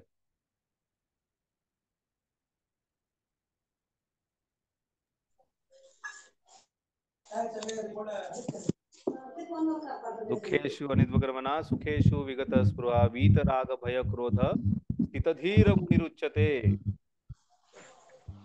सगळे स्थितधीर मुनी आहेत असं ऐकायला किती आवडेल आपल्याला, पण ते कसे होऊ शकतो आपण स्थितधीर मुनी? प्रभुजी, 5व्या अध्यायातला पहिला श्लोक पण. काय 5व्या अध्यायातला पहिला श्लोक? संन्यासम कर्मणा कृतम पुनर्योगम च संशसी यश्चेय. पुढचं नाही येते.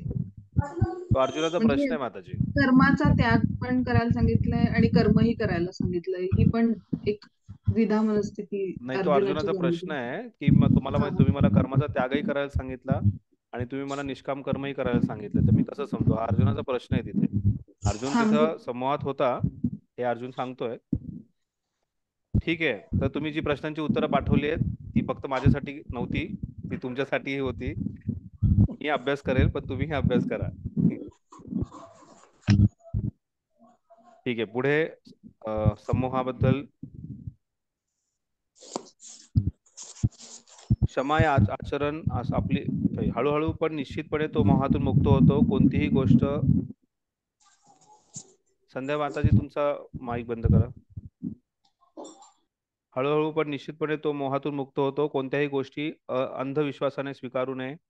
प्रत्येक गोष्टीचा स्वीकार काळजीपूर्वक आणि सावधानतेने केला पाहिजे.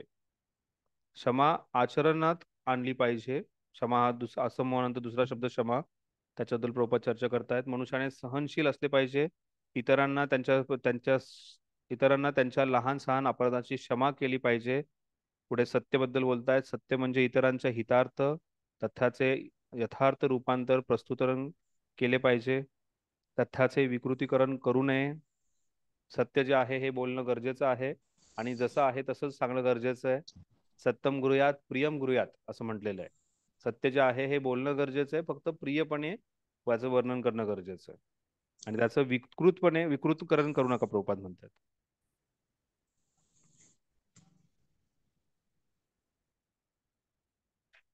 इंद्रिय निग्रह म्हणजे अनावश्यक वैयक्तिक इंद्रिय भोगाकरता इंद्रियाचा उपभोग न करणे. इंद्रिय भोग हा आध्यात्मिक प्रगती करता हानिकारक आहे, म्हणून अनावश्यक उपभोगापासून इंद्रियांना परावृत्त केले पाहिजे.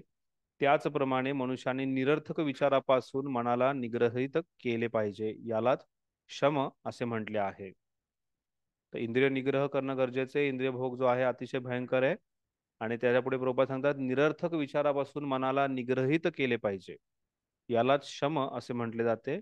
तसेच धनार्जनाची चिंता करण्यात मनुष्याने आपला वेळ दवडू नये, कारण तो विचारशक्तीचा दुरुपयोग आहे. आता एक प्रभूजी आहेत, त्यांनी आता आपल्या मंदिरातलं ड्रायव्हिंगचं जॉब चालू केलेलं आहे. तर ते कालच मला सांगत होते की त्यांच्याकडे आधी टेम्पो होता आणि त्या टेम्पोचं भाडं मिळेल की नाही, कसं भाडं मिळवायचं याचाच पूर्ण 24 तास विचार चालायचा. त्यामुळे माझा जपच होत नव्हता रोज. म्हणून त्याने टेम्पो ते दुसऱ्याला व्यक्तीला दिला भाड्याने आणि इथे येऊन शांतपणे जॉब करतात. इथे येऊन माझी जप होतोय. जप माझ्यासाठी जीवनाचा सगळ्यात महत्त्वाची गोष्ट आहे. म्हणून त्यांनी त्या सर्व गोष्टी त्यात सोडून दिलं. म्हणजे त्यात डबल कमवायचे ते सोडून ते इथे आले शांतपणे. शांतता किंवा जपात त्यांना एकाग्रता पाहिजे होती. तर आपणही आपली भक्ती जी आहे, विशेष करून जप जो आहे तो व्यवस्थित करत आहोत का हे पाहणं गरजेचं आहे. कुठलीही चिंता आपल्याला त्यात अडचण आणत नाहीये ना, हे पाहणं गरजेचं आहे. सुखम कृष्ण भावनेच्या आध्यात्मिक ज्ञानाचे अनुशीलन करण्यात मनुष्याने सुख मानले पाहिजे. त्याचप्रमाणे कृष्ण भावनेच्या अनुशीलनासाठी प्रतिकूल असेच तेच कष्टप्रद आणि दुःखप्रद आहे. कृष्ण भावनेच्या विकासासाठी जे अनुकूल असेल त्याचा स्वीकार करावा आणि जे प्रतिकूल आहे त्याचा त्याग करावा. अनुकूल्यस्य वर्जनम प्रतिकूल्यस्य संकल्प. बरोबर ना? अनुकूल्यस्य संकल्प, अनुकूल गोष्ट आहे त्याचा संकल्प करणं गरजेचं आहे. प्रतिकूल्यस्य वर्जनम, ते वर्जन करणं गरजेचं आहे. ठीक आहे, तर यातले जे काही बाकी पूर्ण जे आहे त्याचा तुम्ही अभ्यास करा व्यवस्थित. भव जन्म याच्यावर वर्णन केलेलं आहे. भयाबद्दल प्रभुपादांनी वर्णन केलेलं आहे. त्याच्यानंतर अहिंसा. अहिंसा खूप छान प्रभुपाद इथे व्याख्या देतात. अहिंसा म्हणजे इतरांना दुःखात किंवा भ्रमात लोटणारे असे काहीही न करणे. तर या अहिंसावादी जे होते देशाचे जे काही प्रमुख, त्यांना अहिंसा काय हे समजलंच नव्हतं, तरी अहिंसा परम धर्म म्हणून ते त्यांनी प्रचार करून स्वतःची प्रसिद्धी करून घेतली. अहिंसा म्हणजे काय?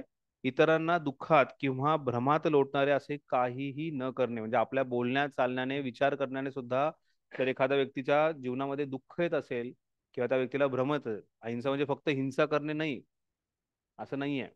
अहिंसा म्हणजे त्या व्यक्तीला कसल्याही प्रकारचं दुःख, अशी एवढी डीप व्याख्या कोणी देऊ शकत नाही. एवढी खोलातली व्याख्या कोणी देऊ शकत नाही ज्या प्रकारे प्रभुपादांनी दिली. पुढे समता, तुष्टी याचं वर्णन केले. दान याचं वर्णन करण्यात आलेलं आहे. दान याबद्दल सांगायचं तर व्यक्तीने आपल्या मिळकतीपासून 50% दान सत्कार्यासाठी द्यावे. सत्कार्य म्हणजे कृष्ण भावना. कोणाला दान करावं? नंतर आपण उपवास कशा प्रकारचे करावे, खूप छान हा तात्पर्य पूर्ण वाचून घ्या. तामसिक उपवास नसावेत. दान कोणाला करावे, ब्राह्मणांना वैष्णवांना करावे. ब्राह्मण म्हणजे कोण? ब्रह्म जानती ती ब्राह्मण. यश काय आहे? अशा प्रकारे प्रभुपाद सांगतायत की आपल्याला जे जे शुभ किंवा अशुभ आढळते त्यांचे मूळ श्रीकृष्ण आहेत. जी गोष्ट श्रीकृष्णांमध्ये नाही ती गोष्ट स्वतःहून या भौतिक जगतात प्रकट होऊच शकत नाही. यालाच ज्ञान म्हणतात. सर्व वस्तू निरनिराळ्या अवस्थेमध्ये अस्तित्वात आहेत हे आपल्याला जरी माहीत असले तरी या सर्व गोष्टींचे उगमस्थान श्रीकृष्णच आहे याची अनुभूती आपल्याला झाली पाहिजे. काही प्रश्न आहे कोणाचा? श्लोकांक 5-6 वर हे तात्पर्य वाचून या. मी व्यवस्थित वाचलेले त्यामुळे मी पुढच्या ह्यातले कुठलेही प्रश्न विचारू शकतो. श्लोक क्रमांक 6. महर्षय सप्तपर्वे पूर्वे चत्वारो मनुवस्तथा मद्भावा मानसा जाता एषाम लोक इमा प्रजा. जसं आपण पाहिलं की हे वेगवेगळे चांगले किंवा वाईट गुण भगवंतांपासून आलेत. त्यानंतर भगवंत सांगतायत की वेगवेगळे कुमार ऋषी मुनी जे आहेत, सप्तऋषीगण आणि त्यांच्या पूर्वीचे 4 महर्षी तसेच मनु मानव जातीचे प्रजापती माझ्या मनापासून निर्माण होतात, म्हणजेच माझ्यापासून उत्पन्न होतात. आणि विविध लोकांवरील निवास करणारे सर्व जीव त्यांच्यापासून उत्पन्न होतात. तर सृष्टीची निर्मिती कशी झाली? 2000 वर्षापूर्वी कोणीतरी ॲडम आणि ईव होते आणि त्यांनी काहीतरी फॉर्बिडन ॲपल खाल्लं आणि मग नंतर जी मनुष्य जातीची निर्मिती झाली असं नाहीये. मनुष्य जाती निर्मिती 5000 वर्षापूर्वी नाही झालेली, 1,00,000 वर्षापूर्वी, लाखो वर्षांपूर्वी झालेली आहे. आणि त्याची निर्मिती करणारे म्हणजे 4 महर्षी, त्यांच्यानंतर त्यांच्यापासून आलेले सप्तर्षी गण, त्यानंतर आलेले मनु महाराज आणि त्यांच्यापासून मनु महाराजांपासून मानव जातीची निर्मिती झालेली आहे. वेगवेगळ्या योनींची वेगवेगळ्या व्यक्तींद्वारे वेगवेगळ्या प्रकारे निर्मिती झालेली आहे. भागवतात त्याचं पूर्ण वर्णन केलेलं आहे. त्या गोष्टीवरती आपण व्यवस्थित विश्वास ठेवायचा. आणि हे सांगण्याच्या पाठीमागचा सर्वात मोठा सार म्हणजे ह्या सर्वांची निर्मिती उत्पत्ती जी आहे ही भगवंतांपासून झालेली आहे.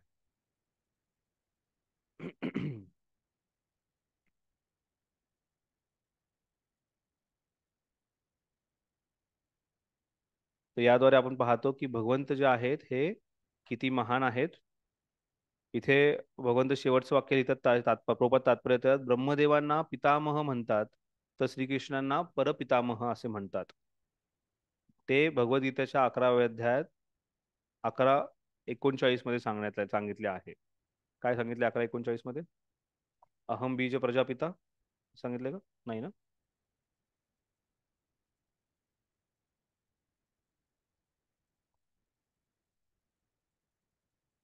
वायुरोमेन गृह शशांक प्रजापतिस्त्व प्रपितामहश्च. भगवंत जे आहे हे प्रजापतिश्च प्रपितामहश्च. नमो नमस्तेस्तु सहस्रकृत्य पुरुष भूयो मे नमो नमस्ते. तुम्ही वायू आहात, परम नियंता आहात, अग्नी जलन चंद्र देखील तुम्हीच आहात. तुम्ही आदिजीव ब्रह्मदेव तसेच परम प्रपितामह तुम्हीच आहात. भगवंत ब्रह्मदेव जे आहेत त्यांनी सृष्टीची निर्मिती केली, त्यांना पितामह म्हटलं. तर प्रपितामह जे आहेत हे भगवंत श्रीकृष्ण आहेत. श्लोक क्रमांक 7.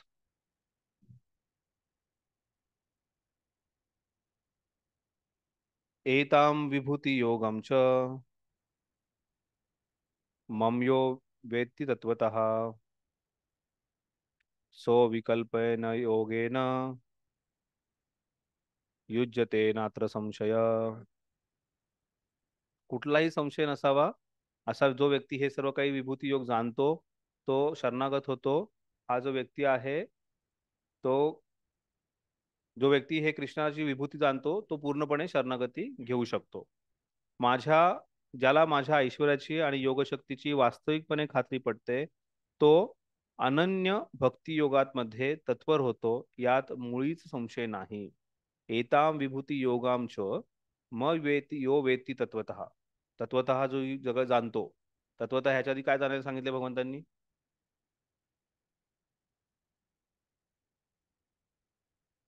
जन्म कर्म चे मे दिव्यम एवं यो वेति तत्वतः एता विभूति योगम च माम यो वेति तत्वतः. जो व्यक्ती तत्वतः जाणतो तो व्यक्ती काय होतो? नाही, इथे सांगितलं सो विकल्पेन योगेन युज्यते नात्र संशय. यात कुठलाही संशय नाहीये की तो माझ्या भक्ती योगामध्ये पूर्णपणे शरणागत होतो. तो भगवंतांबद्दल जो जाणतो तो पूर्णपणे भगवंतांना शरणागत होतो.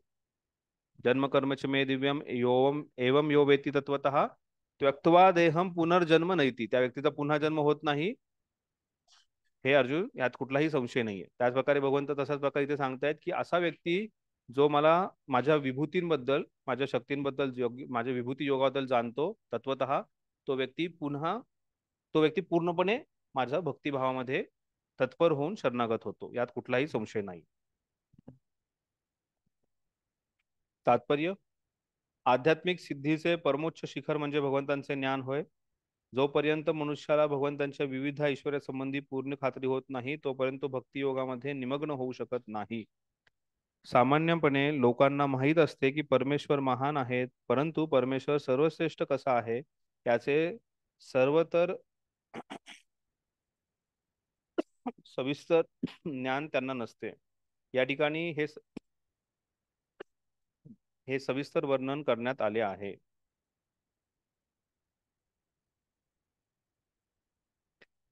भगवंतांच्या ऐश्वर्यापैकी काही ऐश्वर्य आहेत. जेव्हा मनुष्याच्या त्यांच्यासाठी दृढ विश्वास होतो तेव्हा मोठ्या श्रद्धेने आणि निसंदेह होऊन तो श्रीकृष्णांना स्वीकार करतो आणि भक्तीमध्ये युक्त होतो. भगवंतांच्या प्रेममयी भक्तीमध्ये गोडी वृद्धिंगत करण्यासाठी हे सर्व सविस्तर ज्ञान आवश्यक आहे. या विभूती योगाचं ज्ञान का गरजेचं आहे? दर भक्तीमध्ये त्याच्या व्यक्तीची जी आहे वृद्धिंगत होण्यासाठी, तो भक्तीमध्ये त्याची प्रगती होण्यासाठी हे ज्ञान जे आहे विभूती योगाचं जे गरजेचं आहे. श्रीकृष्ण कसे महान आहेत हे जाणून घेण्यामध्ये मनुष्याने दुर्लक्ष करू नये, कारण श्रीकृष्णाचा महिमा जाणल्याने प्रामाणिकपणे भक्ती करण्याचा निश्चय निर्माण होतो.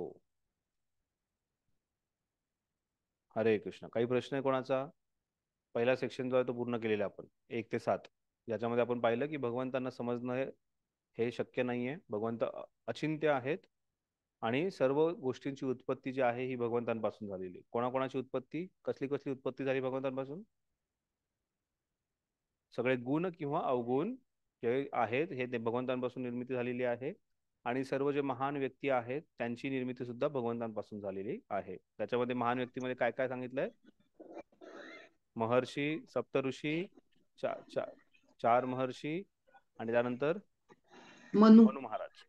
पुढे प्रभुपाद तात्पर्यात आणखी सांगतात की ब्रह्मदेव सुद्धा जे परमपिता आहेत आणि कृष्ण जे आहेत ते प्रपरमपिता आहेत.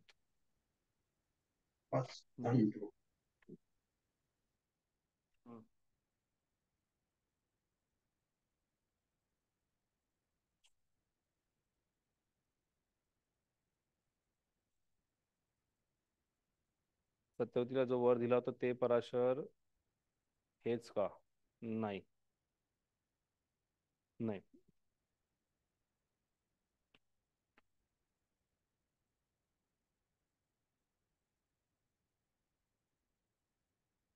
बघतो, शोधून सांगतो. आता इथून पुढचे 4 श्लोक अतिशय महत्वाचे, ज्याला चतुश्लोकी गीता म्हणतात, ज्याला भगवद्गीतेचा सारही म्हटलं जातं. 4 श्लोक आपण गाऊयात एकत्र. अहम सर्वस्य प्रभो मत्त सर्व प्रवर्तते इति मत्वा भजन्ते माम बुधा भाव समन्विता मच्चित्ता मतगत प्राणा बोधयन्त परस्परम कथयन्तश्च मां नित्यं तुष्यन्ति रमन्ति च तेषां सततयुक्तानां भजतां प्रीतिपूर्वकं ददामि बुद्धियोगं तं येन मामुपयान्ति ते तेषामेवानुकम्पार्थ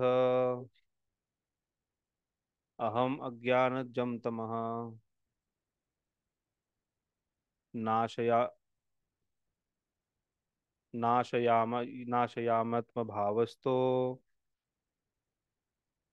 ज्ञानदीपेन भावस्ता भास्वता. ते आधी श्लोक पाठ करायचे आहेत. हे पाठांतरामध्ये आहेत श्लोक. आणि जरी तुमच्या पुस्तकात नसतील तरी हे पाठांतरासाठी आहेत. अहम सर्वस्य प्रभो मत्तः सर्व प्रवर्तते इति मत्वा भजन्ते माम बुधा भाव समन्विता. मीच सर्व प्राकृत आणि आध्यात्मिक जगतांचा उत्पत्ती करता आहे. सर्व काही माझ्यापासूनच उद्भवते. जे बुद्धिमान मनुष्य हे पूर्णपणे जाणतात ते मला भक्तीमध्ये संलग्न होतात आणि अंतकरणापूर्वक मला भजतात. अहम सर्वस्य प्रभो, मी सर्व गोष्टींचा प्रभू आहे. महाराजांचा खूप छान कोट आहे राधानंद महाराजांचा. ते सांगतात की पहिल्यांदा जो आहे व्यक्ती जेव्हा सुरुवातीला भक्त झालेला असतो सांगतो की मी जो आहे दास दास दासानुदास आहे. काही दिवसानंतर तो म्हणतो मी दासानुदास आहे. त्यानंतर काही दिवसानंतर तो म्हणतो मी कौस्तुभ दास आहे. आणि नंतर काही दिवसानंतर म्हणतो मी बॉस आहे. तर हळूहळू आपण जे आहे जसं जसं मी सिनियर झालेलो आहे, मी वरिष्ठ भक्त आहे, मी काउन्सिलर आहे, मी गुरु आहे, मी प्रेसिडेंट आहे, मी बॉस झालेलो आहे. ही बॉस वृत्ती आपल्यामध्ये येते. जसं आपण फक्त गाण्यासाठी म्हणतो न धनम न जनम न सुंदरीम कविताम वा जगदीश काम, पण प्रत्यक्षात आपण खरंच धनापासून जनापासून सुंदरीपासून या गुणगानापासून दूर जातोय का? नाही. ते आपण त्याच्या पाठीमागे लागलेलो असतो.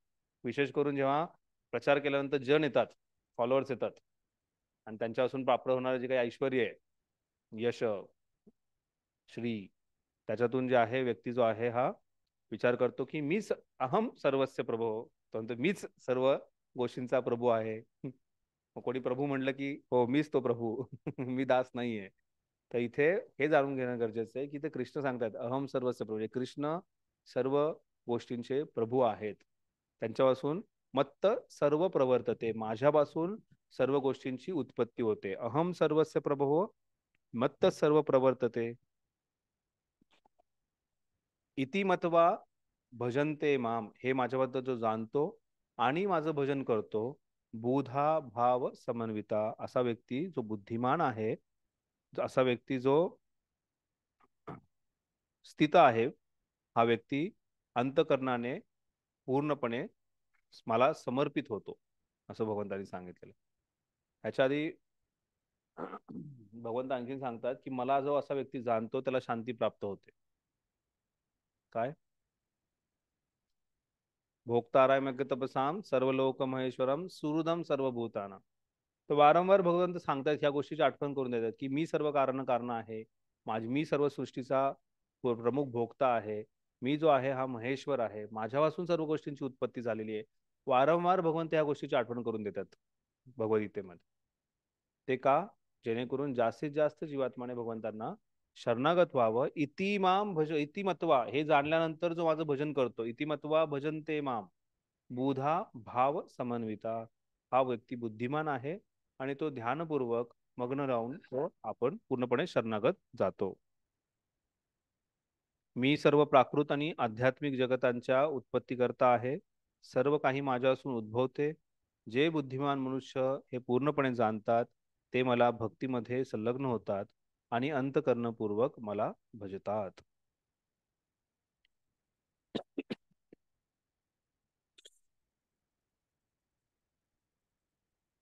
तात्पर्य: ज्या विद्वानाने वेदांचे पूर्णपणे अध्ययन केलेले आहे आणि श्री चैतन्य महाप्रभूंसारख्या प्रमाणित आध्यात्मिक गुरून अधिकाऱ्यांकडून ज्ञान प्राप्त केले आहे, तसेच ही शिकवण कशी आचरणात आणावी हे ज्याने जाणले आहे, तोच श्रीकृष्ण हे आध्यात्मिक आणि भौतिक यांनी दोन्ही जगतांचे उत्पत्तीकर्ता आहे.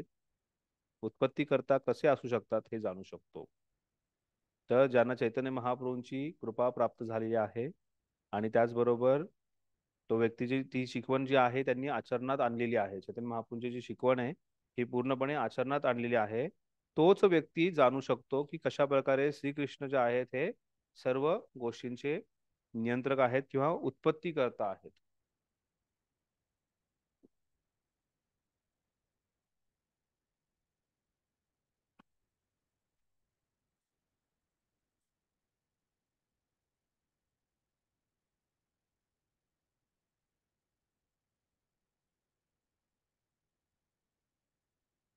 मूर्खाद्वारे अथवा निरर्थक भाष्यामुळे तो कधीच विचलित होऊ शकत नाही. सर्व वेद स्वीकार करतात की श्रीकृष्ण हेच ब्रह्मदेव, शंकर आणि इतर सर्व देवतांचे उगमस्थान आहे.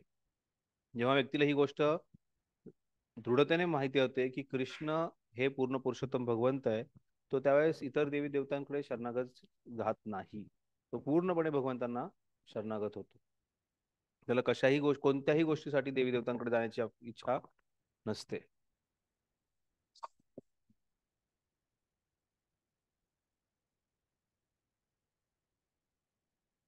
गोपाल तापणी उपनिषद म्हटले आहे की यो ब्रह्मणा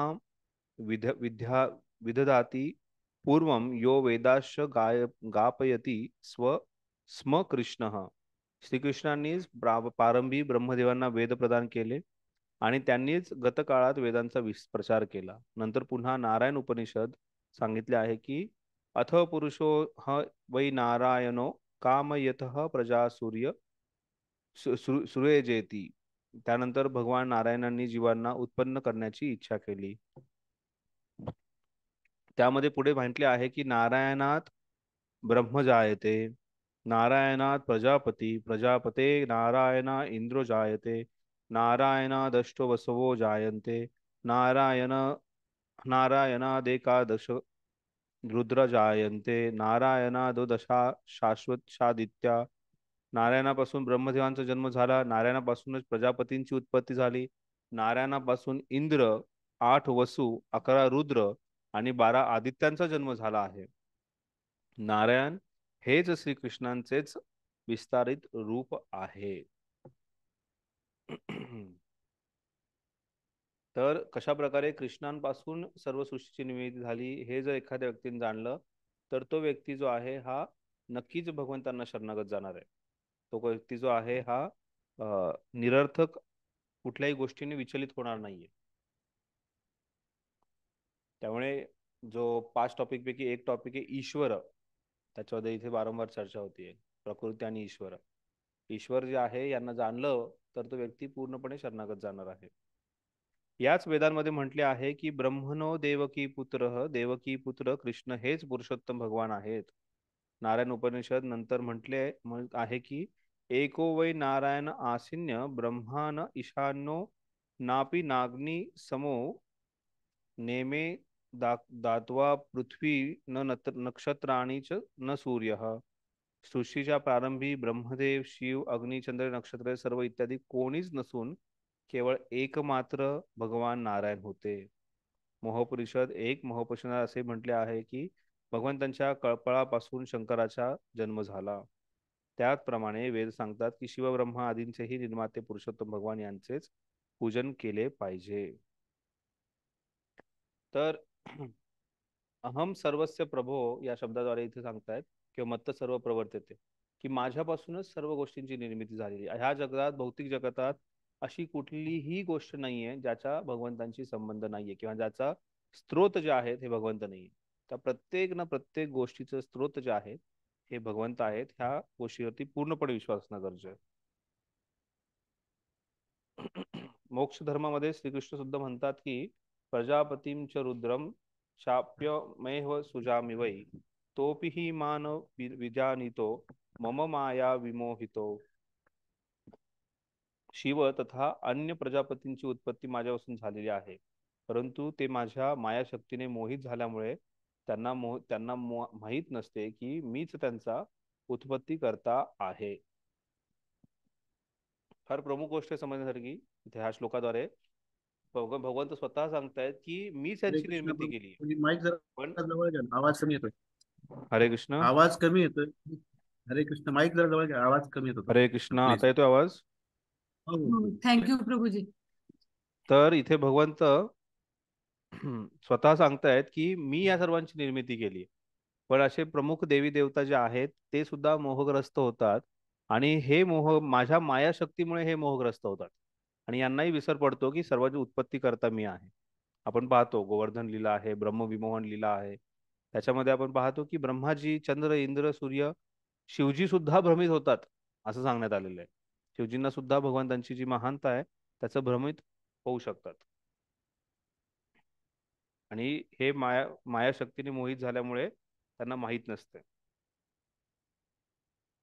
वराह पुराणात म्हटले आहे की नारायण परो देवस तस्मात् जातस्य तु मूर्खः तस्मात् रुद्रो भवदेत्य स च सर्वजता गतः सर्वज्ञता गतः. नारायण हेच पुरुषोत्तम भगवान आहेत आणि त्यांच्यापासून ब्रह्मदेवांचा जन्म झाला आहे. ब्रह्मदेवांपासून रुद्राचा जन्म झाला. भगवान श्रीकृष्ण हेच संपूर्ण सृष्ट गोष्टींचेच उगमस्थान आहेत आणि त्यांनाच सर्व गोष्टींचे परम कारण असे म्हटले जाते. श्रीकृष्ण म्हणतात की सर्व काही माझ्यापासून उत्पन्न झाल्यामुळे मीच सर्वोच्च मूळ उगमस्थान आहे. सर्व काही माझ्या अधीन आहे. माझ्यापासून श्रेष्ठ असा कोणीही नाही. श्रीकृष्णांव्यतिरिक्त इतर कोणीही परम नियंत्रक नाही. प्रामाणिक आध्यात्मिक गुरूंकडून वैदिक प्रमाणानुसार जो श्रीकृष्णाला या प्रकारे जाणतो तो आपल्या तुलनेत श्रीकृष्णांना न जाणणारे इतर सर्वजण केवळ मूर्खच होत. केवळ मूर्खच श्रीकृष्णांना साधारण मानव जाणतो, समजतो. अशा मूर्खाद्वारे कृष्ण भावनावेद मनुष्याने गोंधळून जाऊ नये. त्याने भगवद्गीतेवरील सर्व अनधिकृत भाष्य आणि भाष्यकारांनी स्वमताने लावलेले अर्थ टाळले पाहिजेत आणि निश्चयाने व दृढतेने कृष्ण भावनेच्या मार्गावर अग्रेसर झाले पाहिजे.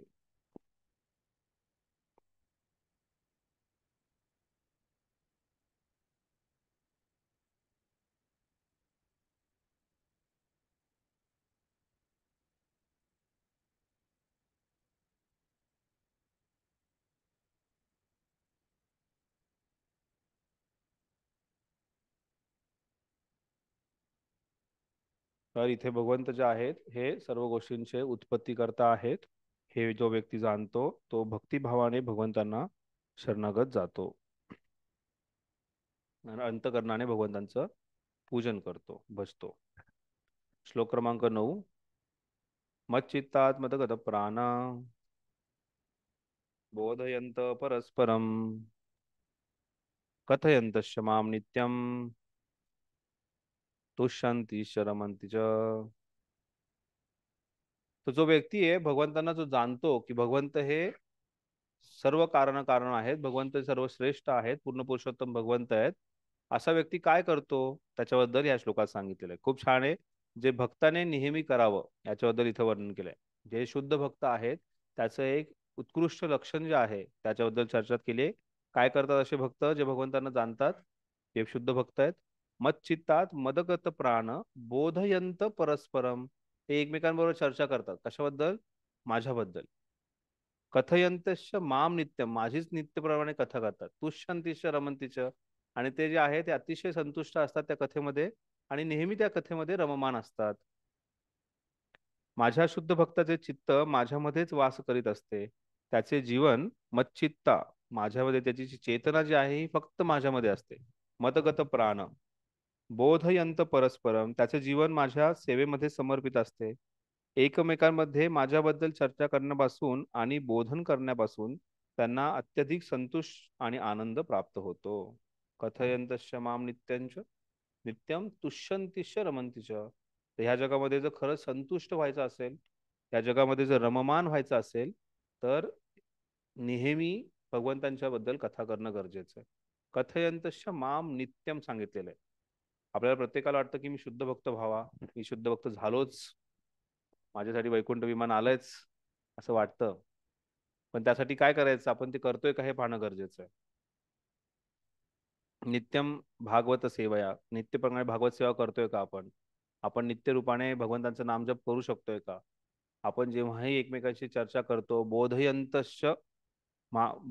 म्हणजे एकमेकांबरोबर आपण जेव्हा वार्तालाप करतो त्यावेळेस आपण भगवंतांबद्दल कथा करतोय का, भगवंतांबद्दल वार्तालाप करतोय का, हे पाहणं फार गरजेचं आहे. भक्तांमध्ये सुद्धा आपण संग करताना असे बरेच असू शकतात जे आपल्याला भगवंतांपासून दूर घेऊन जात आहेत, भक्तांमध्ये अपराध करून भक्तांपासून दूर घेऊन जातात, असेही भक्त आपल्याला भेटू शकतात. मग आपण त्यांच्याबरोबर थांबल्यानंतर आपण त्यांच्यावर चर्चा करतोय का, किंवा त्या चर्चेमध्ये भाग घेतोय का? आपले शिंदे प्रभूजी ह्याच्यात फार विशेष आहेत. त्यांना जेव्हा कधी कशी काही वेगळी चर्चा चालू झाली की लगेच सोडा सोडा ती गोष्ट सोडा आणि भगवंतांचं नाव घ्या, चला ती गोष्ट सोडा आणि भगवंतांबद्दल चर्चा करा. मी बऱ्याच वेळा प्रभूजींबरोबर चारधाम यात्रा केली किंवा जेव्हा कधी वार्तालाप करण्यात आलं बघितलं की प्रभूजींची ती विशेषता आहे. तर असं असणं गरजेचं आहे. आश्रममध्ये पण आणखीन एक भक्त त्यांचे ती एक विशेष गुण मी नेहमी बघत असतो की वेगळी काही चर्चा चालू झाली की ते तिथून कधी गायब होतात हे कधीच कोणाला कळत. किंवा त्यांची ती एक विशेषता आहे की त्या चर्चेमध्ये ते बरोबर भगवंतांचा काहीतरी टॉपिक आणून ती पूर्ण चर्चा भगवंतांकडे वळून घेतात. तो गुण आपल्यामध्ये येणं फार गरजेचं आहे आणि तो गुण तेव्हाच येईल ज्यावेळेस आपण आपल्या भक्तीमध्ये दृढ आहे, आपण पूर्णपणे भगवंतांना शरणागत जाण्यासाठी रुची आहे. आपण जर भगवंतांना शरणागत जाण्याची रुची नसेल तर आपण भरपूर काही वेगवेगळ्या चर्चा करण्यासाठी आपल्याला भरपूर वेळ आहे. ती कावळ्यांची शाळा भरते ना, एक रस्सीवर तसे भरपूर कावळे बसलेले असतात लाईनमध्ये आणि त्यांच्या प्रत्येकाचा कावकाव चाललेला असतो, भरपूर काही चर्चा चाललेली असते, निरर्थक अशी चर्चा चाललेली असते. आपलीही तशीच चर्चा भक्तांच्या संघामध्ये नसावी. भक्त जे आहेत हे राजहंसा समान आहेत. जे राजहंस काय करतो, दूध आणि पाणी एकत्र मिक्स करून दिल्यानंतर तो दूध पिऊन घेतो आणि पाणी वेगळं करतो.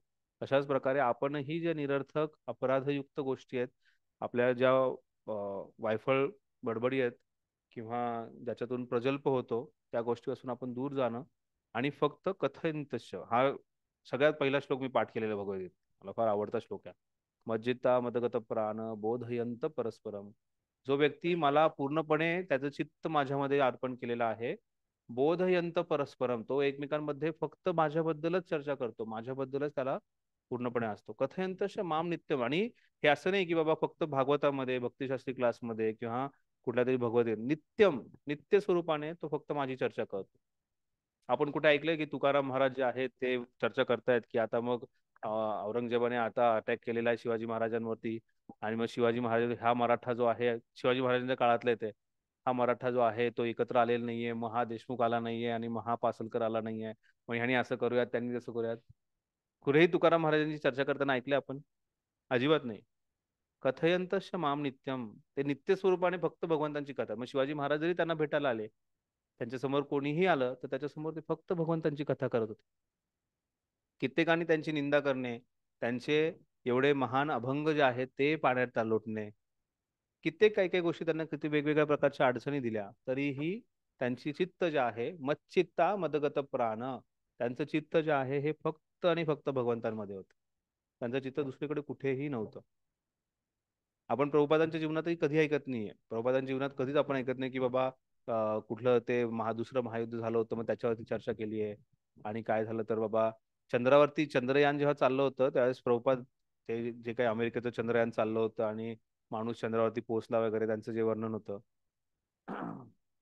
तिथे प्रभुपादांनी जेव्हा ते पाहिलं त्यावेळेस प्रभुपाद म्हणे जाऊ शकत नाही माणूस चंद्र, आणि प्रभुपाद तिथून पूर्णपणे चंद्रावरती जाण्यासाठी चंद्रासारखा त्या व्यक्तींसारखं रूप, त्या व्यक्तींसारखं शरीर प्रदान करणं वगैरे गरजेचं आहे. मग त्यावेळेस जेव्हा तो जो मसाज करत होता प्रभुपादांना, त्यांचा एक शिष्य, त्याचा श्रद्धा नव्हती त्या गोष्टीवरती, त्यांची भरपूर काही त्या गोष्टी चर्चा झाली. पण असं दिसत नाही की प्रभुपाद फक्त त्याच गोष्टीवरती चर्चा करतायत. म्हणजे आज आज 5 राज्यांचे निकाल आहेत आणि मग त्या 5 राज्यांच्या निकालामध्ये आपलं काय होणार, आता काय मध्ये ते काय चाललं होतं, तो भारत वर्ल्ड कप हारला त्याच्यावरून कित्येक लोक जे आहे ते दुःख करत होते. त्यांची चेतना जी आहे ती पूर्णपणे त्या वर्ल्ड कप मध्ये मच्चित्ता मदगत प्राण, त्याची चेतना जी आहे त्या वर्ल्ड कप मध्ये होते. मग काय करत होते ते, बोधयंत परस्परम, एकमेकांमध्ये ती चर्चा फक्त वर्ल्ड कपचीच करत होते आणि एकमेकांचे डोळे पुसत होते. कथयंतश्च माम वर्ल्ड कप नित्यम कथयंतश्च वर्ल्ड कप नित्यम, फक्त वर्ल्ड कपचीच कथा करत होते. मग त्यांचं काय होणार आहे, कुठेतरी गवत म्हणून कुठल्या तरी स्टेडियम मध्ये जन्म घेणार आहेत किंवा जास्तीत जास्त कुठेतरी झाडू पोछा करायला तिथे जाणार आहेत, काय उपयोग आहे. त्यामुळे एक भक्त जो आहे, भगवंत सांगतात ज्याची चेतना माझ्यामध्ये आहे तो निरंतर रूपाने माझ्याबद्दल चर्चा करणार आहे. आणि तो फक्त चर्चा करत नाही, तुष्यंतिश्च रमंतीच्या, हा फार महत्वाचा शब्द आहे.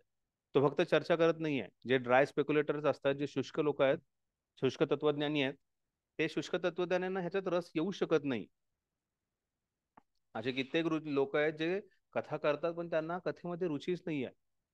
ज्या कथेमध्ये आपण, जसं महाराजांची जेव्हा कथा चालू होती, 4-4 तास व्यक्ती तिथे कथेमध्ये बसून होता. शेवटचा क्लास, पहिला क्लास 4-4 तास चालला. कधी वाटलं म्हणजे ते त्यात किती रममान होत होते, ते स्वतः रममान होत होते, त्यामुळे आपणही त्या गोष्टीमध्ये रममान होतो. असे कित्येक अनुभव आहेत आपल्या जीवनामध्ये की कथा जेव्हा चालू असते त्यात रममान होत. कालच मी जेव्हा प्रवचन देत होतो तेव्हा नवीन लोक आहेत, तर त्यातल्या माताजीने प्रश्न विचारला, जसं मी भागवत आणि भगवद्गीता ऐकायला सुरुवात करते की मला जांभळी येते, माझे डोळे मिटतात, मला आपण जपामध्ये आपण बिडव्या हातात घेतल्यानंतर आपल्याला किती किती आनंदाने आपण जप करतोय 16 माळांचा, तुष्यंतिश्च रमंतिश्च आपलं होतं का? होतं ना. आपलं मन जे आहे ते रमंतिश्च, ते रममान असतं. भ्रमंतिश्च, ते भ्रमती करत असतं, कुठल्या या जगातून त्या जगात कुठं सगळीकडे भ्रमण असतं. नाही, भगवंत म्हणतात तुष्यंतिश्च रमंतिश्च, माझ्यामध्ये ते तुष्ट संतुष्ट आहेत आणि माझ्या कथेमध्ये, माझ्या कीर्तनामध्ये ते रममान आहेत. तर त्यामुळे हे आपल्यासाठी एक दिलेले एक क्वालिफिकेशन आहे. फक्त भगवंत श्रेष्ठ आहेत, महान आहेत हे जाणून घ्यायचं नाहीये. जे हे जाणून घेतल्यानंतर जो शरणागत भक्त आहे त्याचं लक्षण हे आहे की तो नित्य स्वरूपाने भगवंतांच्या कथेमध्ये रममान आणि संतुष्ट असतो. हे फार महत्वाचं क्वालिफिकेशन.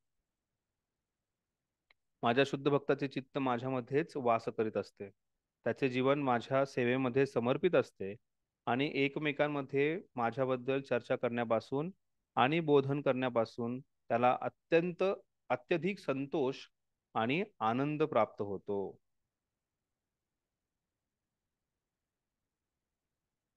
आपण किती वेगवेगळी कारणं शोधतो ना संतुष्ट होण्याचं या जगामध्ये. आपल्याला वाटतं की पैसा आला तर मी संतुष्ट होईल, मला फॉलोअर्स भेटले तर मी संतुष्ट होईल, मला काहीतरी प्रतिष्ठा, पूजा, लाभ या गोष्टी मिळाल्या तर मला संतुष्ट होईल. पण चैतन्य सांगतात पूजा, लाभ, प्रतिष्ठा शुक्रेर विष्टा.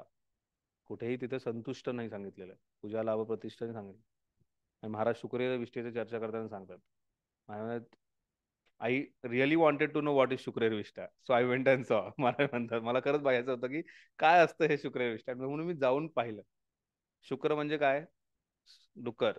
डुक्कर काय करतं? दुसऱ्यांची विष्ठा खातं आणि त्याची विष्ठा म्हणजे शुक्रेर विष्ठा. म्हणजे किती गलिच्छ गोष्ट आहे, किती निम्न स्तराची गोष्ट आहे, ज्याला काय सांगितलंय? पूजा, लाभ, प्रतिष्ठा शुक्रेर विष्ठा. त्यामुळे कुठल्याही पूजा, लाभ, प्रतिष्ठेमधून आपल्याला संतुष्टी प्राप्त होणार नाहीये. कोणत्याही पंतप्रधानाला, मुख्यमंत्र्याला, कुठल्याही महान राजाला कुठल्याही प्रकारची संतुष्टी प्राप्त झालेली नाहीये. तो कधीही रममान होऊ शकलेला नाहीये.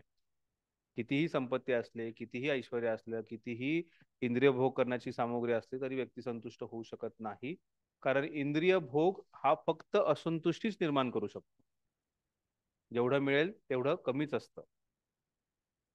आज अंबानी खूप संतुष्ट आणि खूप सुखी असू शकत होता, पण तरीही तो 10-12 तास काम करतो, कारण तो असंतुष्ट आहे.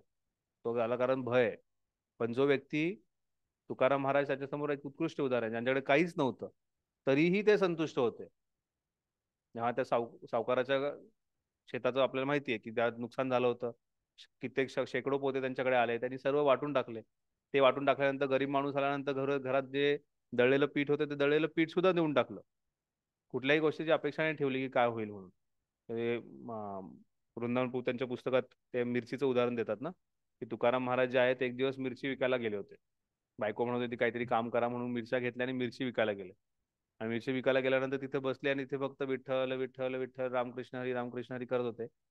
आणि तिथे लोक येत होते आणि अर्धा किलो द्या, 1 किलो द्या, 1 किलो, अर्धा किलो करून घेऊन जात होते. आणि घेऊन गेले आणि कित्येकाने पैसे दिलेच नाहीत, उद्या देऊ, नंतर बघू, अर्ध्या पैशातच द्या. आणि त्यांनी तसंच केलं आणि आल्यानंतर हातात काहीच दमडी नव्हती परत आले त्यावेळेस. मग शेवटी विठ्ठला जावं लागलं. विठ्ठल त्यांचा काय खंडणी वसुली करण्यासाठी तिथे गेले आणि मग विठ्ठलाने सांगितलं तुम्ही अर्धा किलो घेतली होती, तुम्ही 1 किलो घेतली होती, तुम्ही अर्धा किलोचेच पैसे दिले, तुम्ही अर्धेच पैसे, सगळ्यांकडून बरोबर सगळे पैसे घेऊन आले आणि तुकाराम महाराजांची जी बायको आहे तिच्या हातात दिली. तर भगवान त्यावेळेस नवगंध महाराज सांगतात ना, कृष्ण कहते हैं आप आपके काम में, आप मेरे नाम में तो मैं आपके काम में, आप आपके काम में तो मैं मेरे धाम में. तर आपल्याला भगवंतांच्या जर संतुष्ट रममान असेल व्यक्ती, तर भगवंत जे आहेत त्या व्यक्तीला जे काही गरजेचं आहे ते पुरवणार आहेत आणि तो व्यक्ती नक्कीच संतुष्ट राहणार आहे.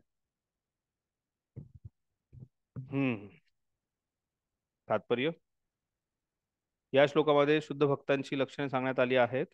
असे शुद्ध भक्त पूर्णपणे दिव्य प्रेममयी भगवत सेवेमध्ये रममाण झालेले असतात आणि त्यांचे मन श्रीकृष्णांच्या चरणकमलांहून कधीच ढळू शकत नाही. ते केवळ दिव्य विषयाची चर्चा करतात.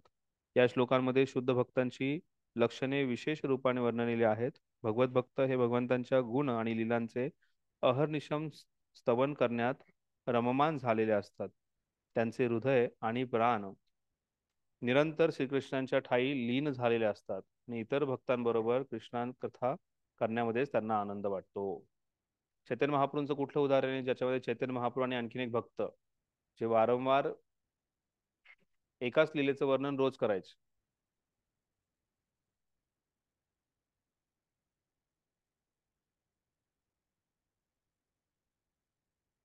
महाराजांनी यात्रेमध्ये दोनदा वर्णन केलं या गोष्टीचं. होमवर्क. भक्तीच्या प्रारंभिक अवस्थेमध्ये त्यांना सेवेद्वारे दिव्य आनंदाचा अनुभव येतो आणि परिपक्व अवस्थेमध्ये ते भगवत प्रेमामध्ये स्थित असतात.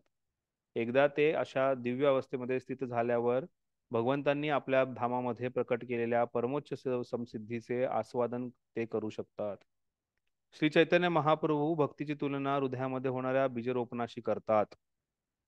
ब्रह्मांडातील निरनिराळ्या लोकांमध्ये असंख्य जीव भ्रमण करीत असतात आणि त्यांच्यापैकी थोड्याच जीवांना शुद्ध भक्तांच्या संगती येण्याचे आणि भगवत भक्ती म्हणजे काय हे जाणून घेण्याचे सद्भाग्य लाभते.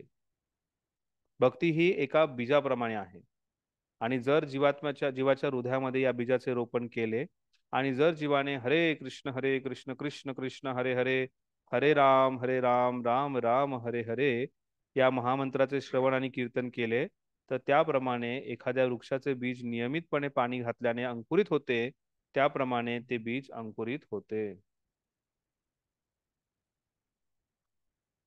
ही आध्यात्मिक भक्तिलता हळूहळू वाढत जाते आणि ब्रह्मांडाचे आवरण भेदीत आध्यात्मिक विश्वातील ब्रह्मजीवा ज्योतीमध्ये प्रवेश करते.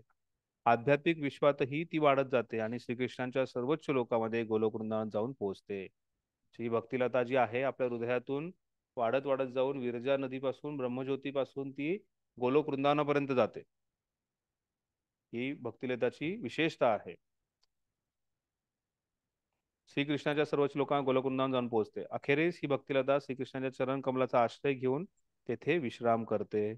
त्याचप्रमाणे ज्याप्रमाणे एखाद्या वेलाची वाढ होत असताना फळे आणि फुले येतात, त्याचप्रमाणे हळूहळू या भक्तरूप लतिकेला फळे येतात आणि श्रवण कीर्तन रूपामध्ये भक्तिलतेवर जलसिंचन चालूच राहते.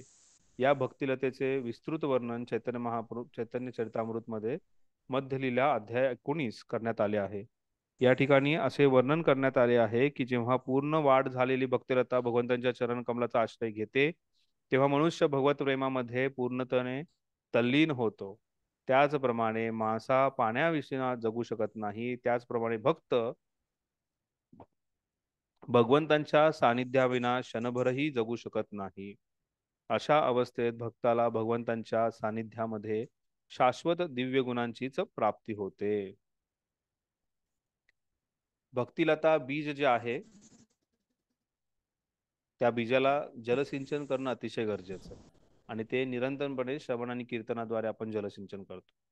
आपण जेव्हा श्रवण आणि कीर्तन करतोय त्यास आपण भक्तिलता बीज त्या बीज जे आहे ते त्या बीजालाच पाणी देतोय की आजूबाजूची जी तृण आहेत त्या तृणांच्या बीजाला पाणी देतोय हे पाहणं फार गरजेचं आहे.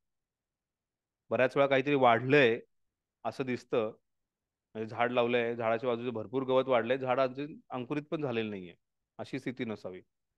जर आपण हरे कृष्णाचा जप करतोय पण त्याच्याबरोबर भरपूर भोग इच्छा ठेवतोय, काहीतरी प्राप्ती करण्याची इच्छा ठेवतोय, त्यावेळेस आपण बाकीचे जे आजूबाजूचे जे तृण आहेत त्या तृणांना आपण अंकुरित करतोय. शेती करताना जर त्या तृणांना काढून टाकतात, खुरप्याने त्याला खुरपतात. का करतात? कारण ते झाड जे आहे ते अंकुरित व्हावं व्यवस्थित. बाकीच्या गोष्टी ते पाणी घेऊ नयेत किंवा बाकीच्या गोष्टी त्याच्यात खत पाणी खाऊ नये त्याच्यासाठी असतं. पण आपण बऱ्याच वेळा त्या भक्तिलतेच्या बीजाला पाणी द्यायचं सोडून आपल्या वेगवेगळ्या ज्या भोग इच्छा आहेत त्या इच्छांद्वारे बाकीचं तृण वाढवतोय. त्यामुळे वारंवार हे पाहणं गरजेचं आहे की आपली भक्तिलता वाढते की आपण तृणच वाढवतोय. तर भक्तिलता वाढत असेल तर ती आपल्याला गोलोक वृंदावनात भगवंतांच्या चरण कमलाशी घेऊन जाणार आहे. ती भक्तिलतेची ती विशेषता आहे, भक्तीची ही विशेषता आहे की तो व्यक्ती जो आहे हा भगवंतांच्या सानिध्याविना राहू शकणार नाहीये. तर आपल्याला साठी हे एक चेकलिस्ट आहे. आपण म्हणजे आपण चेक करू शकतो की मी भगवंतांच्या सानिध्याने बाकीच्या दुसऱ्यांच्या सानिध्यातही खुश राहतोय, आनंदात राहतोय, म्हणजे मी भक्तिलतेच्या बीजाला नाही पण नको ते बाकीचे जे गोष्टी वीड्स आहेत त्या वीड्सला आपण पाणी घालतो, हे पाहणं गरजेचं. श्रीमद भागवतातही भगवंत आणि भक्त यांच्या संबंधाविषयीची वर्णन आहेत. म्हणून भागवतात सांगितल्याप्रमाणे श्रीमद भागवतम 12, 13, 18 श्रीमद भागवत हे भक्तांना अतिशय प्रिय आहे. श्रीमद भागवत पुराण अमलम यद वैष्णवानाम प्रियम. भागवतात भौतिक कर्म, अर्थकाम किंवा मोक्ष इत्यादींचे मुळीच वर्णन नाही. श्रीमद भागवत हे केवळ एकच असे कथन आहे की ज्यामध्ये भक्त आणि भगवंत यांच्या दिव्य भावाचे सविस्तर वर्णन आहे. म्हणून ज्याप्रमाणे युवक युवती एकमेकांच्या सहवासात आनंद प्राप्त करीत असतात, त्याचप्रमाणे कृष्ण भावनेमधील साक्षात्कारी व्यक्ती अशा दिव्य कथनाचे श्रवण करण्यामध्येच आनंद प्राप्त करतो.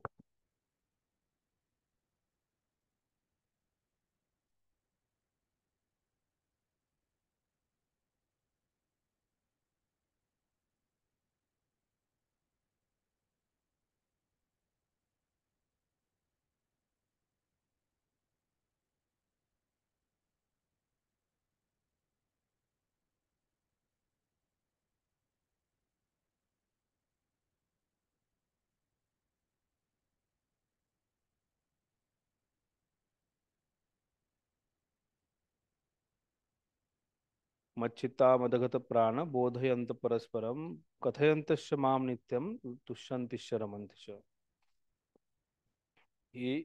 हा जो श्लोक आहे हा ब्रजवासींचा श्लोक आहे, ब्रजभक्तीचा श्लोक आहे. ब्रजवासी जे आहेत हे नेहमी काय करतात, भगवंतांचं श्रवण. कुठे वर्णन येतं, आहे का काही श्लोक आठवते का त्याच्यामध्ये भगवंतांचं कथयंतश्च माम नित्यम तुष्यंतिश्च रमंतिश्च येतो असा काही श्लोक कुठे? असा म्हणजे या ब्रजवाशांबद्दल किंवा गोलोक वृंदावनचे वासी जे आहेत किंवा जे वैकुंठवासी आहेत, ब्रह्मसंहितेत येतो वर्णन याचं कुठे?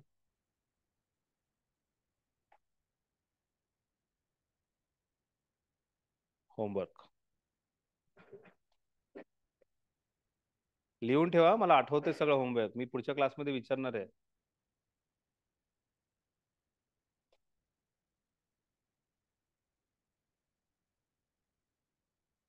श्लोक क्रमांक 10. तेषां सततयुक्तानां भजतां प्रीतिपूर्वकं ददामि बुद्धियोगं तं येन माम उपयान्ति ते. तर जो भक्त जो आहे भगवंतांना शरणागत गेलेला आहे, तो व्यक्ती त्या भक्ताला बुद्धी भगवंत प्रदान करतात. भगवंत जे आहेत अशा शरणागत भक्ताला बुद्धी प्रदान करतात. भाषांतर: जे प्रेमाने सतत माझी सेवा करण्यात युक्त झाले असतात त्यांना मी असे ज्ञान देतो ज्यामुळे ते मला येऊन पोहोचतील. भगवंतांना समजणं हे अचिंत्य आहे. भगवंतांचं एक अचिंत्य आहे. भगवंतांचे विशेष गुण, त्यांची शक्ती, भगवंत हे समजणं अतिशय अवघड आहे. पण भगवंत सांगतात काय करतो मी? ददामी बुद्धी योगम त्वम. मी त्यांना ती बुद्धी प्रदान करतो. कसली बुद्धी? येन माम उपयांती ते, ज्या प्रकारे ते माझ्यापर्यंत पोहोचतील. तर असे जे शरणागत भक्त आहेत तेषाम सतत युक्तानाम भजताम प्रीतिपूर्वकम, जे सतत माझी भजताम प्रीतिपूर्वकम, जे माझी प्रेममय सेवा करतात. कुठेही तिथे अष्टांग योगाचं यम नियम दाम धारणा समाधीचं वर्णन केलेलं नाहीये. प्रत्याहार आसन कुठेही वर्णन केले नाही. काय सांगितलंय भगवंतांनी? भजताम प्रीतिपूर्वकम. फार महत्वाचा शब्द आहे हा, की माझं भजन करतात कशाला रे? प्रीतिपूर्वकम. कथा गानम नाट्यम गमनपी वंशी प्रिय सखी. ब्रह्मसंहिता शेवटचा श्लोक. त्याच्यामध्ये वर्णन करतात की ब्रजवासी वैकुंठवासी जे आहेत हे नेहमी कथा गानम नाट्यम गमनपी याच्यात प्रेमांजली भक्तिलोचना, त्यात म्हणजे जे संत आहेत, साधुगण आहेत, ते नेहमी चिंतन करत असतात. पण तो पण येईल श्लोक, बरोबर आहे, पण हा पण श्लोक आहे. कथा गानम नाट्यम गमनपी वंशी प्रिय सखी.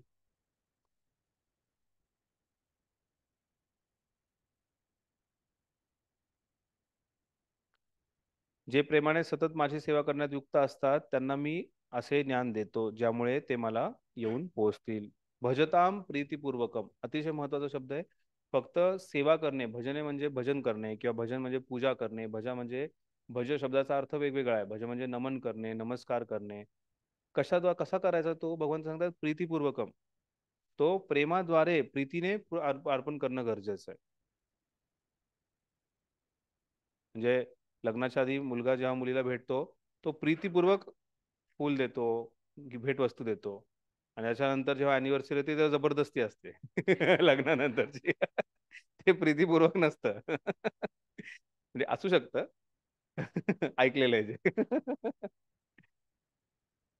तर भजताम प्रीतीपूर्वकम सांगितले. भगवंत सांगतात आपण कित्येक वेळा आपण मंदिरात जातो, आपण दंडवत करतो प्रभुपादांना आणि भगवंतांना दंडवत करतो. तो प्रीतीपूर्वक असतो का, हे पाहणं गरजेचं आहे. आज कित्येक वर्षानंतर फक्त म्हणजे आपली अवस्था तर पोपटासारखी तर नाहीये ना. जो पोपटाला, एक पोपट होता त्याला एका तो ब्राह्मणाच्या घरी होता, पूर्ण वेदाध्ययन करत होता. ब्राह्मण वेदाध्ययन, वेद पाठक होते, तोही वेदाचं अध्ययन करत होता, तोही त्याला सर्व वेद यायला लागले होते. आणि नंतर एकदा त्या ब्राह्मणाच्या घरी काही गुंड आले, डकेत आले, आणि त्या डाकूंनी त्या पोपटाला पकडलं आणि त्या पोपटाची गर्दन दाबली, गळा दाबला त्याचा. तो पोपट काय मग वेद बोलायला लागला का? हरी बोल, हरी बोल, हरे कृष्णा, सोड मला, असं नाही म्हणाला तो. तो क्या क्या क्या क्या ओरडायला लागला तो. मग आपली अवस्था अशी व्हायला नको, जेव्हा मृत्यू समयी आपला जो काळ येऊन आपला गळा पकडेल त्यावेळेस आपण अमुक अमुक व्यक्तीचं नाव घेतोय, किंवा आपल्याच कोणातरी, किंवा आपण स्वतः वाचवण्याचा प्रयत्न करतोय, किंवा स्वाभाविकपणे आई ग, बाबा ग, हे असं तसं येतंय का, बापरे, असं नको आहेत आपल्याला. त्या समयी, मृत्यू समयी आपल्याला भगवंतांचं स्मरण होतंय का? ते कसं होऊ शकतं? भजताम प्रीतीपूर्वकम. जेव्हा आपण भगवंतांना प्रीतीपूर्वक भजन, अतिशय महत्वाची गोष्ट ही प्रीतीपूर्वक. आपण कोणतीही सेवा करतोय, आपल्यामध्ये तो सेवाभाव आहे का? सेवा करणारा जो सेवा एक आहे सेव्य आणि एक आहे साध्य. साध्य आणि सेव्य आणि सेवक आहेत. सेव्य जो आहे त्यांना आपण सेवकाप्रमाणे सेवा करतोय का, हे पाहणं गरजेचं आहे. एखादा जो सेवक आहे तो एखाद्या घरामध्ये झाडू पोछा, राधा गोपीनाथ प्रभू खूप छान लेक्चर मध्ये सांगत होते पॉइंट, की आपण हरे कृष्णाचा जप करतो. आपण जेव्हा हरे कृष्णाचा जप करतो, आपण म्हणतो की हरे कृष्णाचा जप करणं म्हणजे साफसफाई करतोय, आपण हृदयाची सफाई करतोय. तर आपण हरे कृष्ण आपण जप करणं गरजेचं आहे. आपण हरे कृष्ण करतो म्हणजे झाडू जो आहे, आपण हातातला खराटा किंवा झाडू त्याने व्यवस्थित साफ करतो, हरे कृष्ण. आणि आपण काय, वरच्यावर साफसफाई, हरे कृष्ण हरे कृष्ण, हरे राम हरे राम राम राम हरे कृष्ण हरे कृष्ण, वरच्यावर साफसफाई करतोय का, हे पाहणं गरजेचं आहे. भजताम प्रीतीपूर्वक, आपण जे काही कार्य करतोय हे प्रीतीपूर्वक करतोय का, हे पाहणं गरजेचं. जर हे प्रीतीपूर्वक होत नसेल तर ते फक्त करायचं म्हणून करतोय, काहीतरी कोणीतरी सांगितलं म्हणून करतोय, किंवा असं दुर्लक्षित आहे, असंच कृत्रिमरित्या मेकॅनिकली आपण करतोय, हे पाहणं फार गरजेचं. त्यामुळे भगवान सांगतायत तेषाम सतत युक्तानाम, सतत नेहमी भजताम प्रीतीपूर्वक. तो प्रीतीपूर्वक माझं जो भजन करतो अशा भक्ताला मी ज्ञान प्रदान करतो. ज्या नामाद्वारे येन माम उपयांती ते, ज्या नामाद्वारे तो माझ्यापर्यंत येऊन पोहोचू शकतो.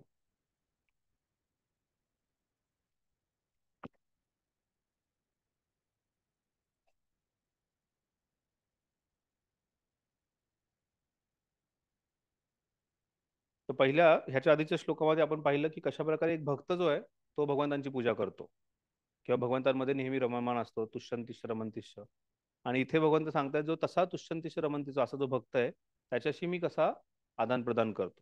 अशा जो तुष्यंतिश रमंतिश आहे त्याला मी पूर्णपणे ज्ञान प्रदान करतो, ज्याच्याद्वारे तो माझ्यापर्यंत येऊन पसेल. त्याच्या पुढच्या श्लोकातही भगवंत तेच सांगणार की तेशाम सतत युक्तानाम, जो असा व्यक्ती आहे त्याला मी पुन्हा त्याचा अंधकार अज्ञानाचा नाश करतो आणि त्याच्या तेजस्वी रूपी दिव्याने त्याच्या जीवनात मी प्रकाश आणतो. हे दोन्ही जे श्लोक आहेत, 9व्या श्लोकात भक्त काय करतो, 8व्या श्लोकात आपण पाहिलं की भगवंत जे आहेत हे सर्व गोष्टीचे उत्पत्त करता आहेत. 9व्या श्लोकात पाहिलं की जो हे जाणतो, जो उत्पत्त करताय तो जो आहे भगवंतांचं निरंतर कथन करतो, तो बोधयंत परस्परम असतो आणि त्याला जो आहे तो तुष्यंतिश रमंतिश. आणि असा जो तुष्यंतिश रमंतिश आहे त्याच्याशी आदान प्रदान करताना भगवंत काय करतात, त्याला ते ज्ञान देतात. त्याच्या जीवनामध्ये त्या ज्ञानाद्वारे ते जीवन प्रकाशमय करतात.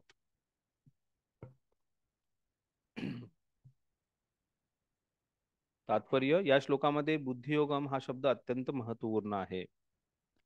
आपल्या ध्यानात असेलच की दुसऱ्या अध्यायात भगवंतांनी अर्जुनाला उपदेश देताना म्हटले होते की मी आतापर्यंत तुला अनेक विषयांबद्दल सांगितले आहे आणि आता मी तुला बुद्धियोगाबद्दल सांगेन. या श्लोकात बुद्धियोगाचा अर्थ विशद करण्यात आला आहे. कृष्ण भावना भावित कर्म करणे म्हणजे बुद्धियोग होय आणि हीच सर्वोत्तम बुद्धी होय. तर आपण जो बुद्धियोग पाहिला होता त्या बुद्धियोगाला बरेच जण ज्ञानयोग समजतात, म्हणून प्रभुपाद सांगतायत की इथे हा बुद्धियोग म्हणजे भक्ती आहे. हा बुद्धियोग जो आहे हा म्हणजे इथे भगवंतांपर्यंत पोहोचण्याचं ज्ञान आहे, त्याला बुद्धियोग म्हटलेलं आहे. नाहीतर स्वाभाविकपणे बरेचसे जो बुद्धियोगाचं भाषांतर करतात ज्ञान, आणि ज्ञान म्हणजे वेदात जे काही दिले ते सर्व काही, त्यात विद्या आहे अविद्या आहे, त्यात भ्रमित करणाऱ्या बऱ्याचशा गोष्टी आहेत. तर ह्या श्लोकाद्वारे आपल्याला कळतं बुद्धियोग म्हणजे जे भक्तियुक्त ज्ञान आहे त्याला बुद्धियोग म्हटलेलं आहे. जेव्हा मनुष्य भगवत धामात जाण्याचा प्रयत्न करतो आणि भगवत भावाने कृष्ण भावनेचा स्वीकार करतो तेव्हा तेव्हा त्याच्या या कृतीला बुद्धियोग म्हटले जाते.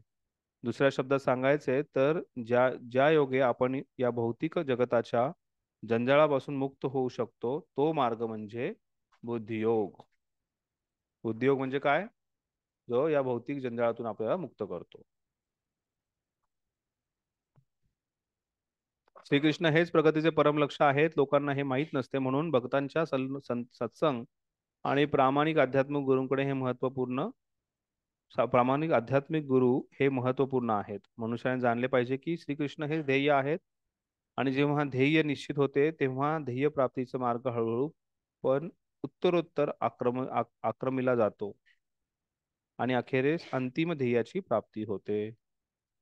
जेव्हा मनुष्याला जीवनाच्या अंतिम ध्येयाचे ज्ञान असते परंतु तो कर्मफलास आसक्त असतो तेव्हा त्याला कर्मयोगी असे म्हटले जाते. जेव्हा तो जाणतो की श्रीकृष्ण हे लक्ष आहेत परंतु श्रीकृष्णाच्या जाणण्यासाठी ज्ञानाचा आधार घेण्यात आनंद मानतो त्याला ज्ञानयोगी म्हटलेला आहे. आणि जेव्हा तो जाणतो की श्रीकृष्ण हे ध्येय आहेत आणि कृष्ण भावना व भक्ती योगाद्वारे श्रीकृष्णांचा परिपूर्णपणे आश्रय घेतो त्याला भक्तियोग किंवा बुद्धियोगी म्हटले जाते. भक्तियोग किंवा बुद्धियोग हाच परिपूर्ण योग होय. हा परिपूर्ण योग म्हणजेच जीवनाची परमोच्च सिद्धावस्था होय. त्यामुळे बुद्धियोग हा शब्द जिथे वापरलाय तो भक्तियोगच आहे, तो भक्तियोगापेक्षा वेगळा नाहीये.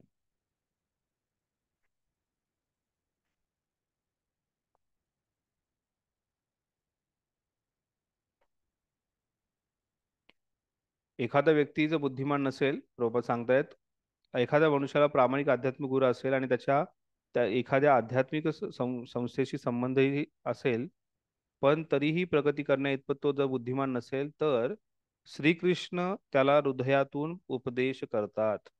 कित्येक भक्तांचा हा अनुभव आहे.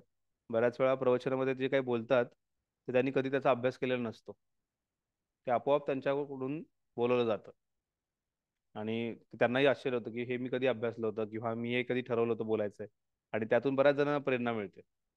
तर भगवंत जे आहेत हे अशा भक्ताला प्रेरणा देतात जो तेषाम सततयुक्तानाम भजताम प्रीतिपूर्वक. भगवंतांची प्रीतिपूर्वक भजन करणं हे अतिशय गरजेचं आहे.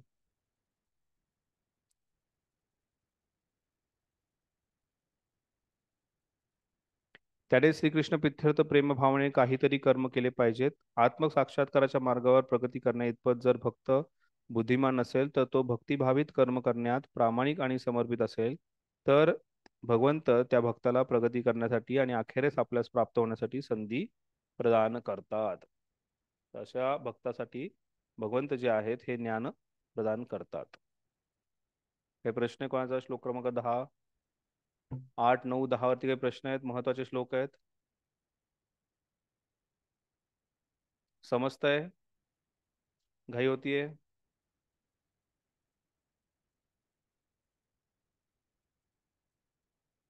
श्लोक क्रमांक 11. तेषाम एवानुकंपार्थ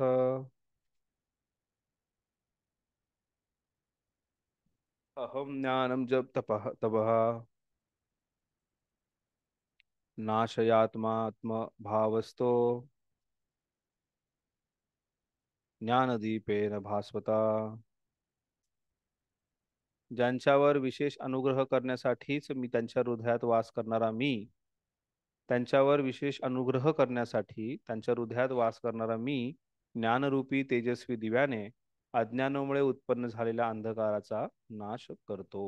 भगवान सांगतायत की मीच जो आहे त्यांच्या अज्ञानरूपी अंधकाराचा नाश करतो.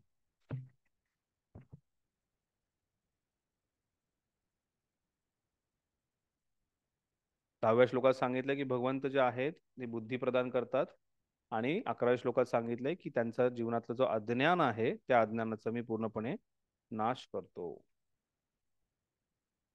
तात्पर्य जेव्हा श्री चैतन्य महाप्रभू बनारस मध्ये राहून हरे कृष्ण कृष्ण कृष्ण हरे हरे हरे राम राम राम हरे हरे या महामंत्राचा प्रचार करीत होते, तेव्हा सहस्रावधी लोक त्यांचे अनुसरण करीत असत. बनारसचे तत्कालीन अत्यंत प्रभावशाली आणि विद्वान पंडित प्रकाशानंद सरस्वती हे श्री चैतन्य महाप्रभूंचा भाऊक म्हणून उपहास करीत. तात्विक कधी कधी भक्तांची आलोचना करतात, कारण त्यांना वाटते की बहुतेक भक्त हे अज्ञानरूपी अंधकारात आहेत. तत्वज्ञानाच्या बाबतीत भोळे भाबडे भाऊक आहेत आणि परंतु हे काही सत्य नाही. असे अनेक विद्वान पंडित आहेत ज्यांनी भक्तीच्या तत्वज्ञानाचा पुरस्कार केला आहे, परंतु एखाद्या भक्ताने जरी त्यांच्या किंवा आपल्या आध्यात्मिक गुरूंच्या ग्रंथांचा लाभ करून घेतला नाही तरी सुद्धा तो जर प्रामाणिकपणे भक्ती करत असेल तर श्रीकृष्ण त्याला त्याच्या अंतकरणातून सहाय्य करतात. म्हणून कृष्ण भावनेमध्ये युक्त असलेला प्रामाणिक भक्त अज्ञानी राहू शकत नाही. याकरिता आवश्यक ती पात्रता म्हणजे त्याने पूर्णपणे कृष्ण भावनाभावित होऊन भक्ती केली पाहिजे. एखादा व्यक्ती असं वाटत असेल की बाबा मी नाही करू शकत आहे, मला सर्व काही समजत नाहीये, मी अध्ययन करूनही माझ्या डोक्यात जात नाहीये, तर योग्य वेळेस भगवंत जे आहेत हे त्याला त्या गोष्टीचं स्मरण करून देणार आहेत किंवा स्मरण करून देत. तर याचा अर्थ असा नाहीये की आपण भक्तिशास्त्रीची एक्झाम द्यायची नाहीये, भक्तिशास्त्रीचा अभ्यास करायचा नाहीये. भक्तिशास्त्रीमध्ये चांगले मार्क मिळवणं गरजेचं आहे. नाहीतर तुमच्या की तेवढे शरणागत भक्त असतील प्रत्येक जण आणि म्हणतील की मला भगवंत जे आहेत हे बुद्धी प्रदान करतायत, मग नक्कीच ते तुमच्या परीक्षेमध्ये तुम्हाला बुद्धी प्रदान करतील. आधुनिक तत्वज्ञानांना वाटते की विवेक बुद्धी असण्या वाचून मनुष्याला शुद्ध ज्ञान प्राप्त होऊ शकत नाही. तर अशा लोकांकरिता भगवंत या श्लोकात म्हणतात की जे शुद्ध भगवत भक्तीमध्ये निमग्न आहेत, त्यांना जरी पुरेसे शिक्षण नसले तरी ते पुरेसे वैदिक तत्वांचे ज्ञान नसले तरी मी त्यांना सहाय्य करतो. भगवंत सांगतायत की मी त्यांना सहाय्य करतो. भगवंत अर्जुनाला सांगतात की केवळ तर्कवादाने परमसत्याचे पुरुषोत्तम भगवंतांचे ज्ञान होणे शक्य नाही, कारण परमसत्य हे इतके महान आहे की केवळ मानसिक प्रयासाने परमसत्याचे ज्ञान किंवा त्याची प्राप्ती करणे संभव नाही. किती विशेष आहे, प्रभुपादांनी जेव्हा ह्या अमेरिकन भक्तांना, जे आज गुरु आहेत व जे आज आपले पूज्य आहेत, पूजनीय आहेत, अशा भक्तांना जेव्हा शिकवलं त्यावेळेस त्यांना काहीच माहित नव्हतं. म्हणजे इंद्रद्युम्न महाराज सांगतात की त्यांनी जो पहिला क्लास दिला इस्कॉनमध्ये, भागवतम क्लास, तो त्यांनी इस्कॉनमध्ये आल्यानंतर तिसऱ्या दिवशी पहिला भागवतम क्लास दिला. आणि भागवतम क्लासमध्ये बसल्यानंतर त्यांनी काय सांगितलं, पहिल्या 2 दिवसात जे ऐकलं होतं की Krishna is blue in colour, he wears yellow dhoti, he has flute in his hand आणि he has peacock feather on his head and Krishna is the supreme personality of godhead. Thank you, Srila Prabhupada की जय. हा त्यांचा भागवतम क्लास होता. किंवा तेही प्रभुपाद ते उदाहरण देतात ना, प्रभुपादांना भेटायला एकदा बरेच काही पंडित आहेत भारतातले, ते पंडित भेटायला आले होते आणि प्रभुपादांशी भरपूर त्यांचा तर्कवितर्क झाला, बरीच काही चर्चा झाली आणि प्रभुपाद म्हणत होते की तुमच्या म्हणण्यानुसार पूर्ण पुरुषोत्तम म्हणतो सुप्रीम भगवंत कोण आहेत, what is supreme, absolute truth, परम सत्य काय आहे आणि हे पूर्ण पुरुषोत्तम काय आहेत. ते असं बरंच काही इकडचं ब्रह्मण आणि ब्रह्मज्योती, निर्गुण, निराकार, साकार, सरगुण या सगळ्या गोष्टीची चर्चा करत होते. मग तिथे लहान मुलगी सरस्वती ती उभी होती. प्रभादांनी बोलवलं, तिला म्हणालं, सरस्वती हु इज कृष्णा. सरस्वती कृष्ण कोण आहे? Saraswati, Krishna is the supreme personality of God head. Krishna जे आहेत हे पूर्ण पुरुषोत्तम भगवंत आहेत, असं सरस्वतीने उत्तर दिलं. आणि प्रभात म्हणतात की आमच्या संस्थेमधली छोटीशी मुलगी सुद्धा सांगू शकते की कृष्ण हे पूर्ण पुरुषोत्तम भगवंत आहे, जे कितीतरी पंडित लोकांना जाणू शकत नाही. तर भगवंत जे आहेत हे अज्ञान पूर्णपणे दूर करतात इतकं. आणि आपल्या स्वतःच्या जीवनातही आपण पाहू शकतो आणि संस्थेतही अशी कित्येक उदाहरणं आहेत. त्यांनी दाखवून दिले की अज्ञान जे आहे ते भगवंत पूर्णपणे दूर करतात. मनुष्याने जरी लाखो वर्ष केवळ चिंतन केले, तर त्यांच्या ठाई जर भक्ती नसेल किंवा भगवंतांवरती प्रेम नसेल, तर त्याला श्रीकृष्णांचे परम सत्याचे कदापि ज्ञान होणार नाही. केवळ भक्तीनेच परम सत्य भगवान श्रीकृष्ण प्रसन्न होतात आणि आपल्या अचिंत्य शक्तीद्वारे ते स्वतःला भक्तांच्या अंतकरणात प्रकट करतात. शुद्ध भक्तांच्या हृदयात श्रीकृष्ण सदैव वास करीत असतात आणि सूर्यसम श्रीकृष्णांच्या उपस्थितीमुळे अज्ञानरूपी अंधकार तत्काळ नष्ट होतो. जहा कृष्ण तहार नाही मायार अधिकार. कृष्ण सूर्यसम, माया हा अंधकार. जहार कृष्ण तहार नाही मायार अधिकार.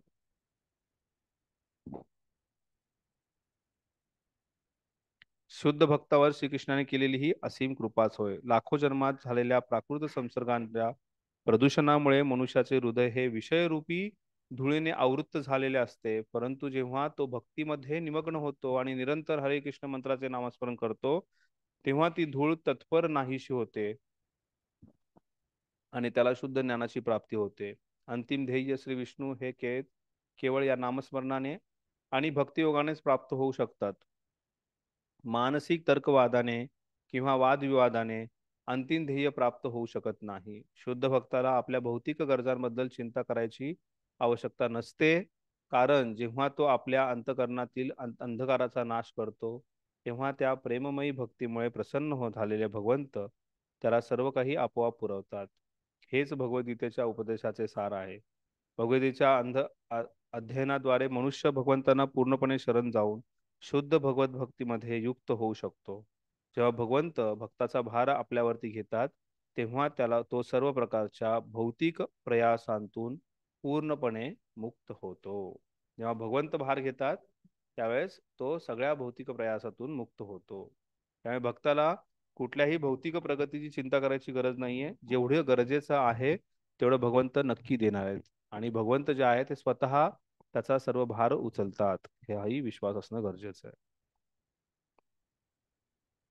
हरे कृष्ण. काय प्रश्न आहे कोणाचा? समजलंय चतुश्लोकी भगवद्गीता?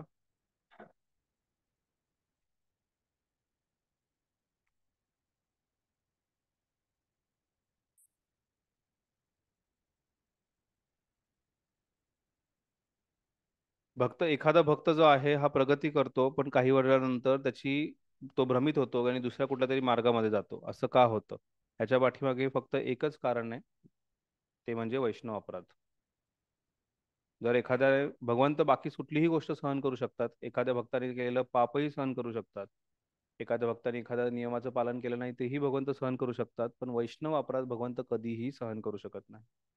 तर नक्कीच त्या भक्ताने कुठल्या तरी वैष्णवांचा अपराध केला आहे. आणि वैष्णव म्हणजे तो वरिष्ठ आहे की तो कनिष्ठ आहे असं नाहीये. वैष्णव भगवंतांसाठी वैष्णव आहे. प्रभुपाद तर कित्येक वेळा तात्पर्यात लिहितात, जो एकदा हरे कृष्ण महामंत्राचा जप करतो तो भगवंतांना प्रिय होतो. मग आपल्याकडून त्या व्यक्तीकडून जर कोणाची निंदा होत असेल, कुठला अपराध होत असेल, तर तेच कारण होऊ शकतं भक्तीतून पतन होण्यासाठी किंवा भक्तीतून विचलित होण्यासाठी. दुसरं काहीच कारण. अजून काही प्रश्न आहे कोणाचा? हरे कृष्ण. तर आपण इथे थांबूयात. पुढचा सेक्शन जे आहेत, पुढचे 2 सेक्शन आपण पुढच्या शनिवारी पूर्ण करतोय, कारण पुढच्या रविवारी महाराजांची व्यासपूजा, बरेच जण वाढायला जातील, त्यामुळे आपण शनिवारी क्लास करतोय. चालेल? शनिवारी संध्याकाळी की सकाळी? सकाळी राहील बरं राहील, दुपारी किंवा सकाळच्या वेळात.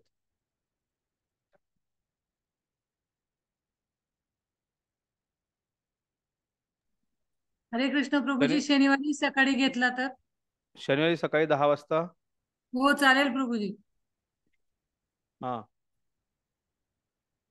ग्रुपवरती महेश फोननी ऑलरेडी पोलिंग टाकलेलं आहे, तर त्याच्यावरती रिप्लाय करा. शनिवारी संध्याकाळी माझाही कोथरूडचा प्रोग्राम असतो, तर शनिवारी सकाळी 10 ते 12 किंवा 1 वाजेपर्यंत राहिलं तर बरं राहील. ठीक आहे. चालेल चालेल. शनिवारी सकाळी चालेल, संध्याकाळी नको. ठीक हरे आहे. कृष्णा, शनिवारी आम्हाला नाही जमणार. हरी बोल. Online online. ठीक आहे, तुम्ही व्हॉट्सअपवरती रेकॉर्डिंग. सांगा, आपण जसं पोल येईल त्याच्यानुसार आपण ठरवूयात कधी करायचं. ठीक आहे. म्हणजे पोल मध्ये त्यांनी शनिवारी संध्याकाळी लिहिलंय आणि रविवारी सकाळी लिहिलंय. हरी बोल, ते चेंज करा. शनिवारी सकाळी किंवा शनिवारी संध्याकाळी करा. रविवारी सकाळी शक्य नाही कोणाला.